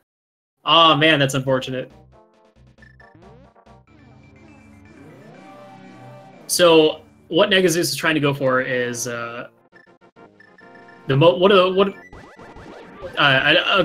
in the Ganon fight. Essentially, both the little torches are going to go out, but and then in order for you to actually like do damage to Ganon, Well, let's start from the beginning. So essentially, you need the silver arrows to actually kill Ganon, supposedly. But there's a cool little glitch you can do in the game where if you hit Ganon right as he's like teleporting, right at the start of his teleport, in phase 4, with a spin or a slash, you can actually do damage to him. That actually counts. And so what you would normally have to do is the 2 torches go out. You would have to light both torches and then line it up perfectly to get the spin off on him to do damage. But if you light one of the torches, if you light the left torch before the right torch goes out, then the right torch just never goes out. And it makes it a lot easier. And then you can just, you know, stand back, use Fire Rod to line things up, and spam in that lantern. He gets the torch glitch. So he's good to go on phase 4. And those little the little fire bats that he shoots out only does 2 hearts of damage. So he can take at least one of those.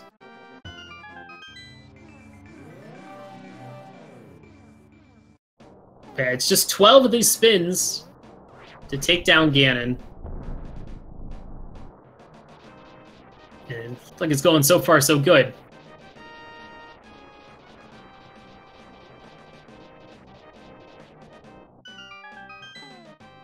Yeah, the other thing you gotta be careful though is if you take damage, the last thing you want to do is fall down the sides, because then you don't die, but it resets the fight, and then you have to walk all the way back around, and it's really unfortunate. But negaZeus does take down Ganon. He's going to be finishing right around the sub 138 mark. I'm sure he's not happy with that time, but still happy to get a win in the tournament in his group stages. So congratulations to negaZeus. Finished at roughly a 137.50. GG's to him. Can we get some GG's in chat? Overall, that was a good run. Everything was going really well. And then that unfortunate death in Turtle Rock in the Pokey 2 room kind of cost him a good chunk of time. And then his G Tower was just super crispy. But then the Ganon death cycle can really get to you. Really get to the nerves. But he finishes out strong. So now I'm curious over on KrusKader's side. It looked like he was setting up to grab gold, sword, and silvers, but then opted to just go straight to T-Rock. So let's see what he ends up doing.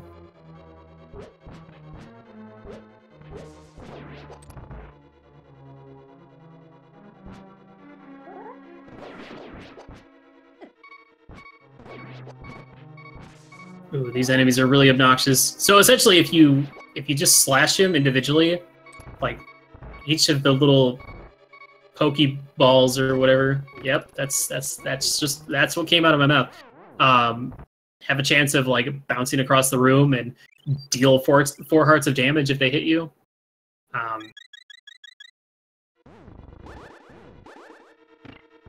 And you can avoid that by setting up, if you get like right up close and personal with them, you can set up a spin that'll kind of double spin and take them out before they have a chance to do that.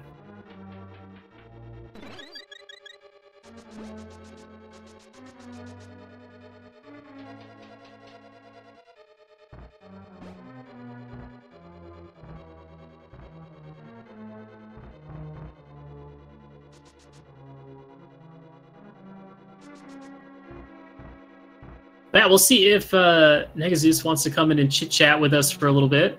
Let me ping him real quick.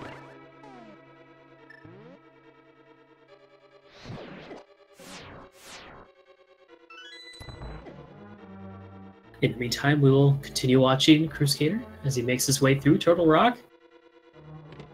Now, I don't know if he still has an extra fairy or not. He did use one up in that Chain Chomp room, but it looks like he's being extra careful and gonna be powdering these bunny beams coming up, or these antifairies. Oh no, he went to go catch one, but they all decided to kamikaze into him. I said, "Nah, I ain't going in that bottle. That's not happening."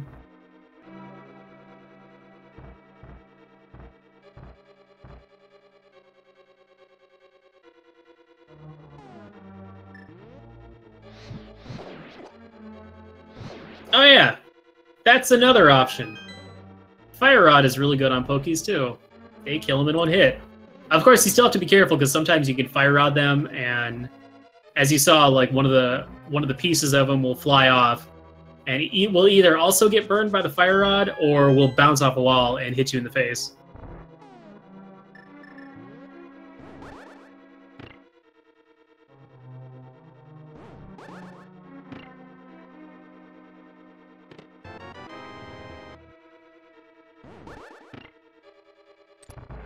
Nice use of Samaria to get through that room. Coming up for KrusKader is going to be that laser skip. Oh, accidentally going the wrong way. It's pretty easy to do if you're just... You got to really press down. Hold right. Actually, what I learned is you can just hold down right and you'll always go straight to the platform. Like if you just hold the diagonal down.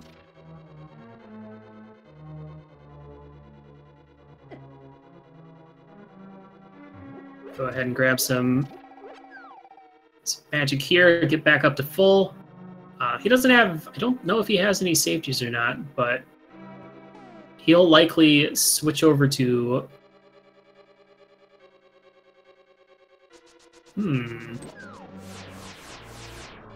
Let's see what happens. All right, I'm just gonna watch.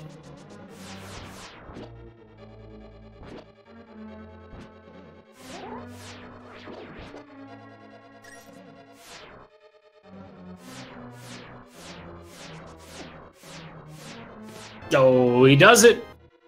You know, and I was sitting here thinking, man, I was expecting him to open up the little safety door there. But he made it through that. Only taking a little bit of damage, but with powder, you know, taking damage is pretty insignificant if you have powder.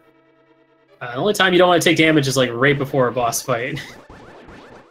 Dude, he's just going ham on that pokey.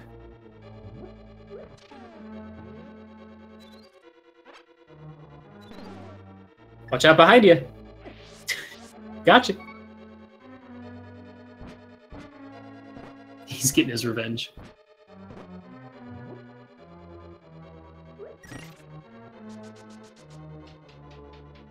Alright, coming up. Try next fight.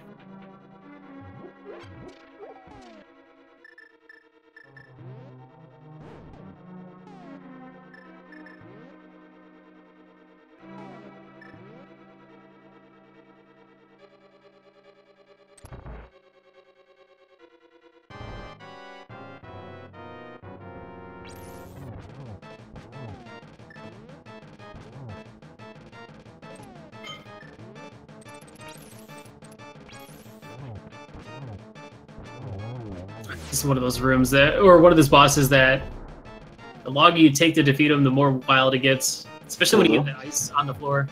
And we do have negaZeus in chat. Hey. Yo, GG, buddy. How'd you feel about that run overall? Good. Aside from Ganon, we could ignore Ganon. Yeah, whatever. I don't know what you're talking about. Nothing happened by Ganon. It was clean, right? Or the your trip up to get a Quake medallion. That didn't happen either. What was that one? I don't remember. I don't know. You'll have to watch it back. I really don't remember. I remember Chain Chomp Room went terrible, but you got hit by the Ropa into the wall. Oh yeah, what was that? I was a little worried I triggered EG, but I guess I didn't. No, that doesn't trigger EG. That would just be like considered like an overworld glitch. Oh, okay. Since you essentially clipped through a wall, but it wasn't by your choice. That just happens sometimes. I've seen it happen there like quite often. So yeah, no, I was when that happened, I was like, oh, please, still be in bounds. please don't do this to me now. But yeah, it was overall a really good run. The death in T-Rock was unfortunate. I'm assuming you had let go of the spin, but it was too late. Yeah. Well, I mean, yeah, that part. But I mean, chances are I was gonna die somewhere else. Yeah. If you hadn't died in Poke 2, were you gonna like go outside or something to just set up a safe death? Yeah. Well, if I got to the laser skip room, I was gonna go right to the bottom and bomb and then go out because I wasn't. I'm gonna take damage somewhere. I'm pretty sure. So yeah, I guess you could always pick not? up the 2 hearts that are in the platform room, or at least use the hook shot to get past the fire bars without taking damage. True. I should have thought about that. I was trying to think of how I can get through that room, but yeah, of course, the hook shot. Yeah, that would have been a good idea, but I didn't make it there anyways, so it didn't matter. Yeah. Fortunately, of all the deaths taking T-Rock, that one wasn't as bad. Like, at least it wasn't like right before getting the big key or something. Right. Yeah. Well, I probably should have just taken the death earlier. I was thinking about it, and then I didn't do it, and I still took it. I mean, I didn't take it on purpose by that point, but like get the key in chain chomp room and then walk into a chain chomp just to something like that. Yeah. But I didn't, and then I died at a relatively decent spot, I guess. I was still a minute behind PB pace after Turtle Rock. What is your PB? It is a 133.27. Oh man. See, I was under the I heard people don't drop powder until they get to like 130. Oh no, I'm not smart. I like to have painful runs. You like to live dangerously. No, I get it. That 40-second time save, it's too good to be true. That's the thing. I dropped it before that 40-second time save because I think I dropped it before 135. And I wanted to get below 135, and I think that's around when I dropped it. I mean, you just got to have like one really good run where you don't die. Easy. Yeah, right. And just keep grinding endgame because that's where I die too much. Yeah. There's a lot. I feel like there's always time save in endgame or like. Oh, yeah. Yeah, my Ganon's tower is terrible. I've compared it to a bunch of the people around me, and it's just not good. Well, hey, I mean, going into the Ganon fight, were you on PB pace or? So I have a death at Ganon. Surprise! In your PB? Oh, in my PB. Yeah. So I think I have 40 seconds or so to save. Gotcha. But I was over a minute behind at that point, so I don't think I could have PB'd, even if I really did well. Yeah, you might have been able to like tie it. Yeah, it would have been right there if it was possible. Oh, this is unfortunate. KrusKader going into the Armos fight with only 12 arrows. Must not have been paying attention. There's the chest right there, right next to the hole, has 10 arrows in it, as well as, where you normally bonk over that one warp. You go in there, there's a few arrows. There's a pot of arrows in there. I think there's another arrow pot also in the room right before Ice Armos as well. So, but he seems to be having no trouble getting through with Temper Sword. I'm still surprised because he did the route to set up to get gold sword and silvers, but then didn't get them. Oh so man, skipped I'm it. confused. Yeah, I think his PB has a gold sword. He'll probably still do it after G Tower, but like he did Swamp and then T-Rock. Like he did Ice Mire and then Swamp. So like that's setting it up to go to get gold and silvers. So, but hey, whatever works. I will say, my favorite part of your run was your Palace of Darkness. It was very nice. Oh man, I don't even know how much I saved on that. Was it a gold? Oh yeah, it was a gold. Okay. Like 30 seconds. I was like, that's a gold pod. I was like, that's a gold pod right there. That felt so good. And the thing is, I haven't practiced in 3 weeks. I did warm up this morning, but yeah, and I'm going into today thinking, oh, I'm going to be rusty. It's not going to be good. And then my early, my Light World and my basically first half of the Dark World was great. So I don't know what happened. I mean, that's good if you can get good times at the beginning, and then just got to hold on to that time save all the way through, glide on through the end. Yeah, that's the problem. Yeah. Chain Chomps is definitely one of those rooms that can easily get out of hand in seconds. Yeah, I immediately regretted not practicing that before the race today. It's like you take damage, and you're like, oh crap, I took damage. I got to try to not take damage. Oh, I took damage again. Oh, crap. Well, they gave me the setup where I have to go to the top, and I couldn't remember how to set it up, and then I just walked into them a bunch of times, ran around in a circle. and didn't go well. So overall, how was your? Did you enjoy your time in this tournament? Did you enjoy the 3 races that you got to do? Oh yeah, no, easily. Well, I mean, obviously I've played since the last tournament I was in, but this was easily the most consistent I've been in my tournament. Nice. What were your times? First one I think was a 135 something. Second was my PB, which is the 133.27, Nice. I believe. And then PB in a tournament race is always well, I had to pull out all the stops to beat. Oh hey, it's David. You had it was some pretty tough competition in your group with, Darkmind Demon and oh hey, it's David. Which I know. They're both like David has like a 128 and Darkmind has like a 125, something like that. No. Well, yeah, he's third overall. Yeah, whatever. Yeah, he's third overall. What am I talking about? Yeah, so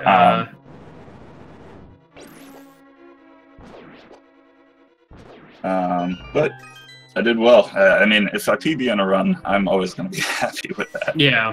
Oh, for sure. Okay, Darkmind has a 124, so there's that. So yeah, that's really tough to compete against. Yeah, he has to pretty much fall apart or kick his console or something like that. Hey, it happens. You never know. That's why you gotta. That's why you run.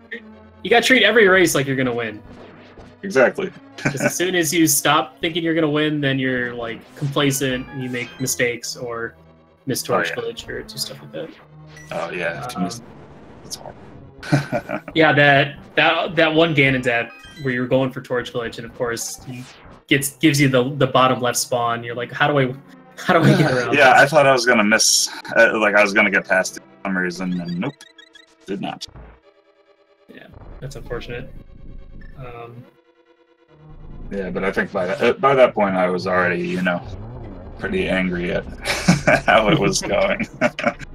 So it's tough because it's like, all right, I keep dying. Should I go get that fairy? Nah, this will be. No, the one. no, never. And then you die again. You're like, no, this will be the one. I was lying before.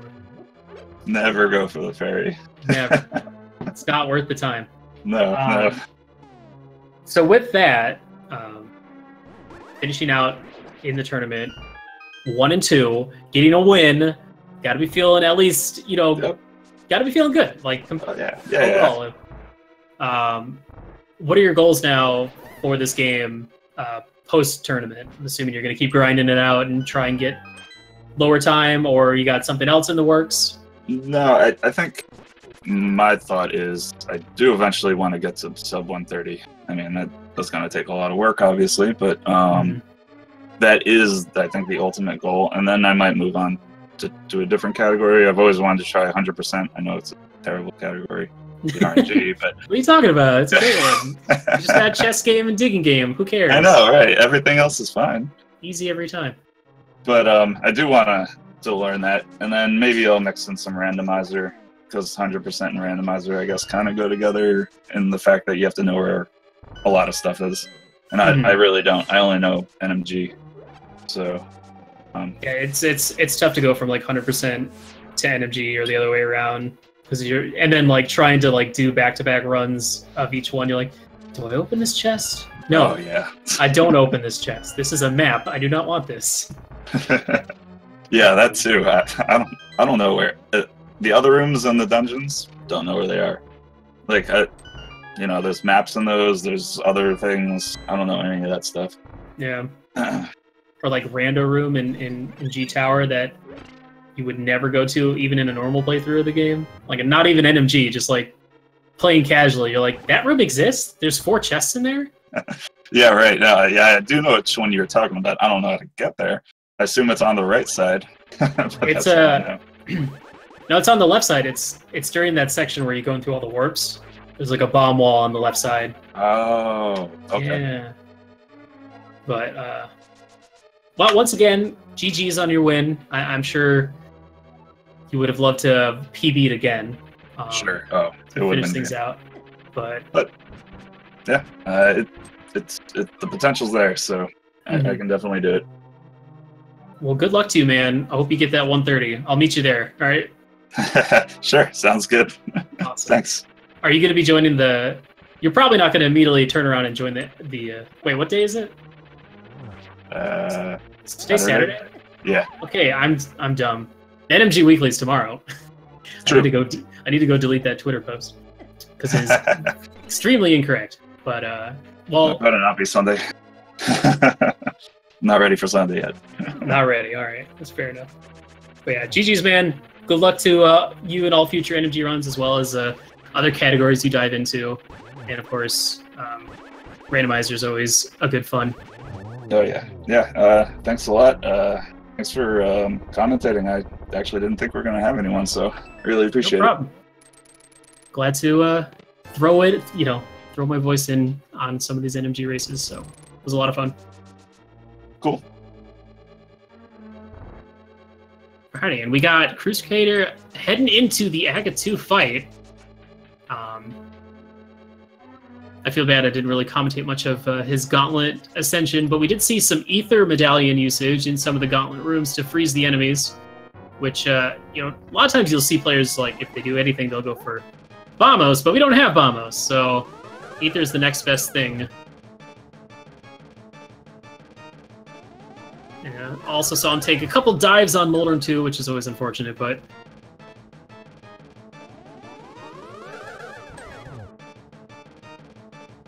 This Aga 2 is not giving him the friendliest of patterns. Going for only Sword Slashes. You gotta just get the right angle. Ah, just barely. Could have been a 2. Here we go, here's a good one. And he takes him down.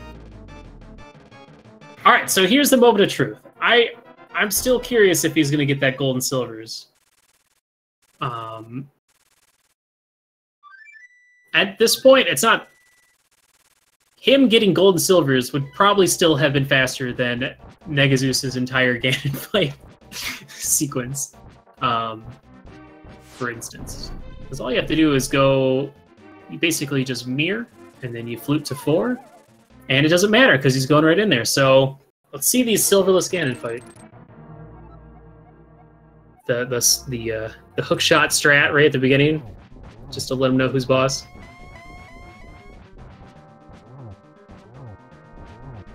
Go, let's do this, Krus. You got this, man.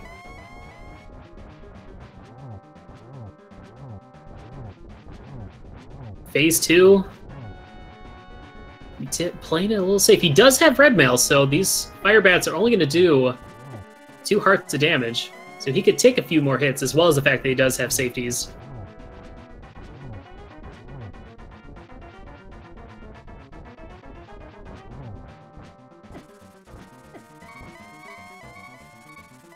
Down to 1 heart, but he does enter phase 3. Now he just needs Ganon to stop warping. There we go. Oh man, that's unfortunate, because Ganon does this little jump, but his hitbox jumps with him, so you gotta be a little careful if you're attacking him from above.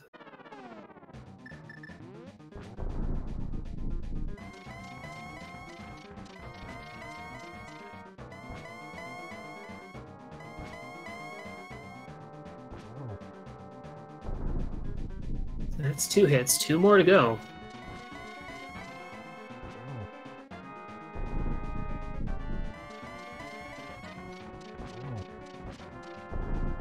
How do you kill him without gold sword silver? Krus, why are you asking that in chat right now?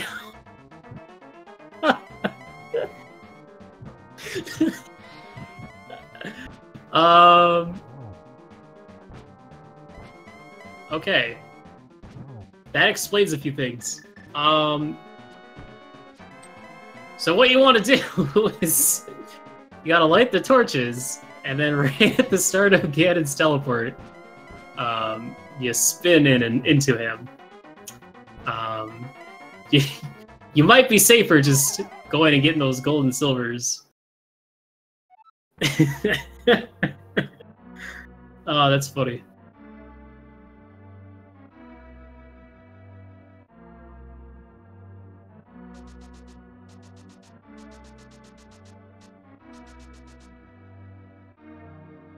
Yeah. Doing Silverless Ganon is not as simple as just like looking at a tutorial and then doing it. You really got to sit down and kind of feel it out. You got to practice it. You got to know how it functions. You got to know the rhythm. It does take, it takes a few tries to kind of figure out. Unfortunately, KrusKader getting a lot of these incidental mirror bonks, just trying to get out of here. Yeah, he's gonna flute to 4. And does have plenty of rupees, so he can get the big bomb. Gonna go grab a few extra. Did I say fairies or rupees? He has rupees to get big bomb. He's gonna get a few extra fairies to get him through this Ganon fight.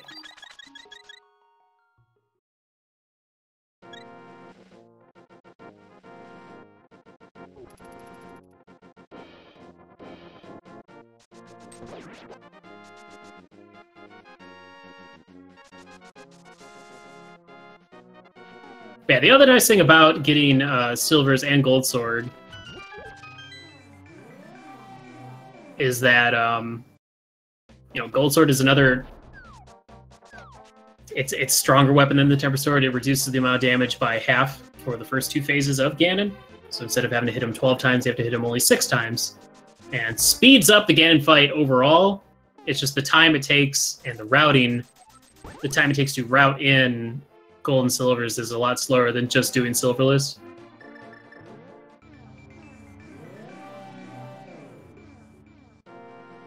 But the nice thing, it also speeds it up because you already have the Hyrule Castle warp, so you can just warp, walk up here, go through the portal, and then you're right there. So.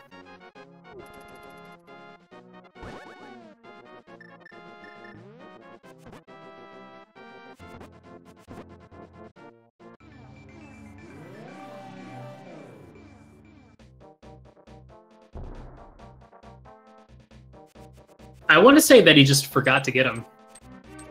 Because he was routing the game as if he was going to go get them because of the order of which he did the dungeons, since he did Ice Palace in a mire in a swamp instead of the normal ice in a swamp in a mire. So he got Crystals 5 and 6, which allows him to get the big bomb, but instead he fluted up to Death Mountain to do Turtle Rock instead of getting Gold and Silvers beforehand. Because people that route in Gold and Silvers will usually have it going into the fight. Another thing worth noting, well, actually, I don't know if it's faster or not, but if you just stand there for a little bit longer, the dialogue box will pop back up. You don't actually have to leave and come back in.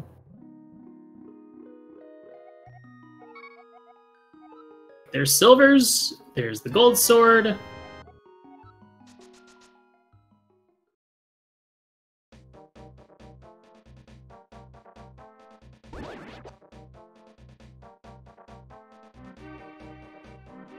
We'll get to see just how much quicker this fight is when you don't have to worry about all that nonsense. You don't even have to worry about Torch Glitch when you have Gold and Silvers.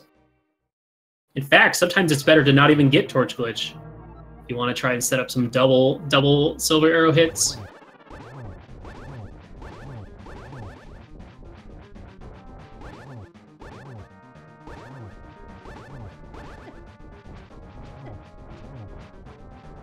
Yeah, in a pattern like that, you want to stand below him, like down to the bottom right. Yeah, just like that. There you go. Also, the other thing you could do with Tempered Sword, well, you could do it with both Tempered and Gold, is just like dashing through him. You'll see players sometimes, depending on which pattern they get for the second phase, or if they miss the first phase. No, mostly the second phase, is you'll see you can just use like dash strats to take out Ganon. It's pretty nifty. I like using it, but it can go terribly wrong if you mess it up.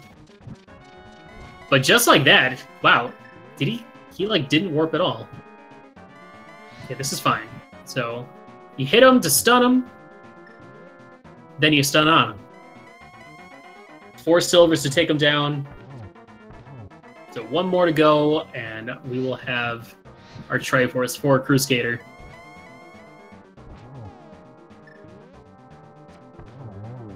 That'll be a GG. finishing out strong.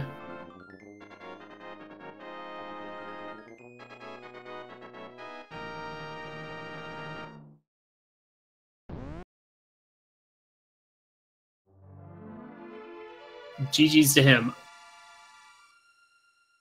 Congratulations to both our players for finishing.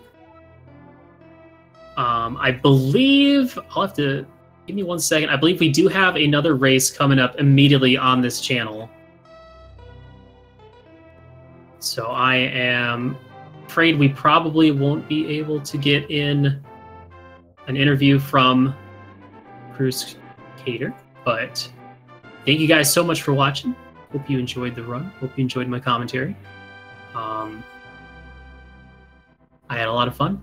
Glad I hopped in on this one. And stick around. We got more Link to the Past NMG coming up real quick.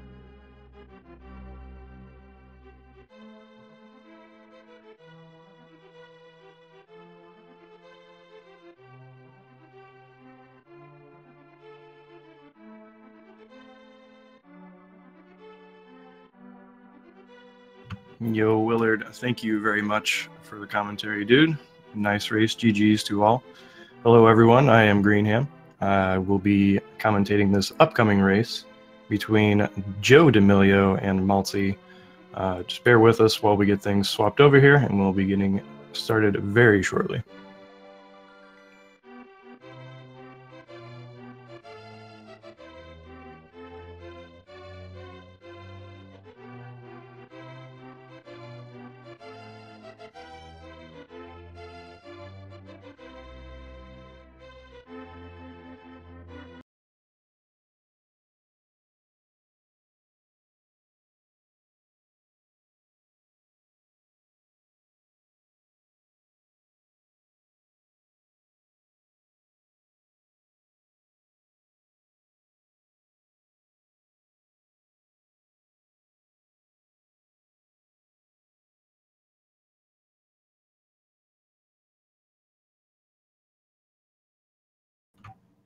Yes, Conster, I'm a big fan of most breakfast-related products, regardless of their coloring.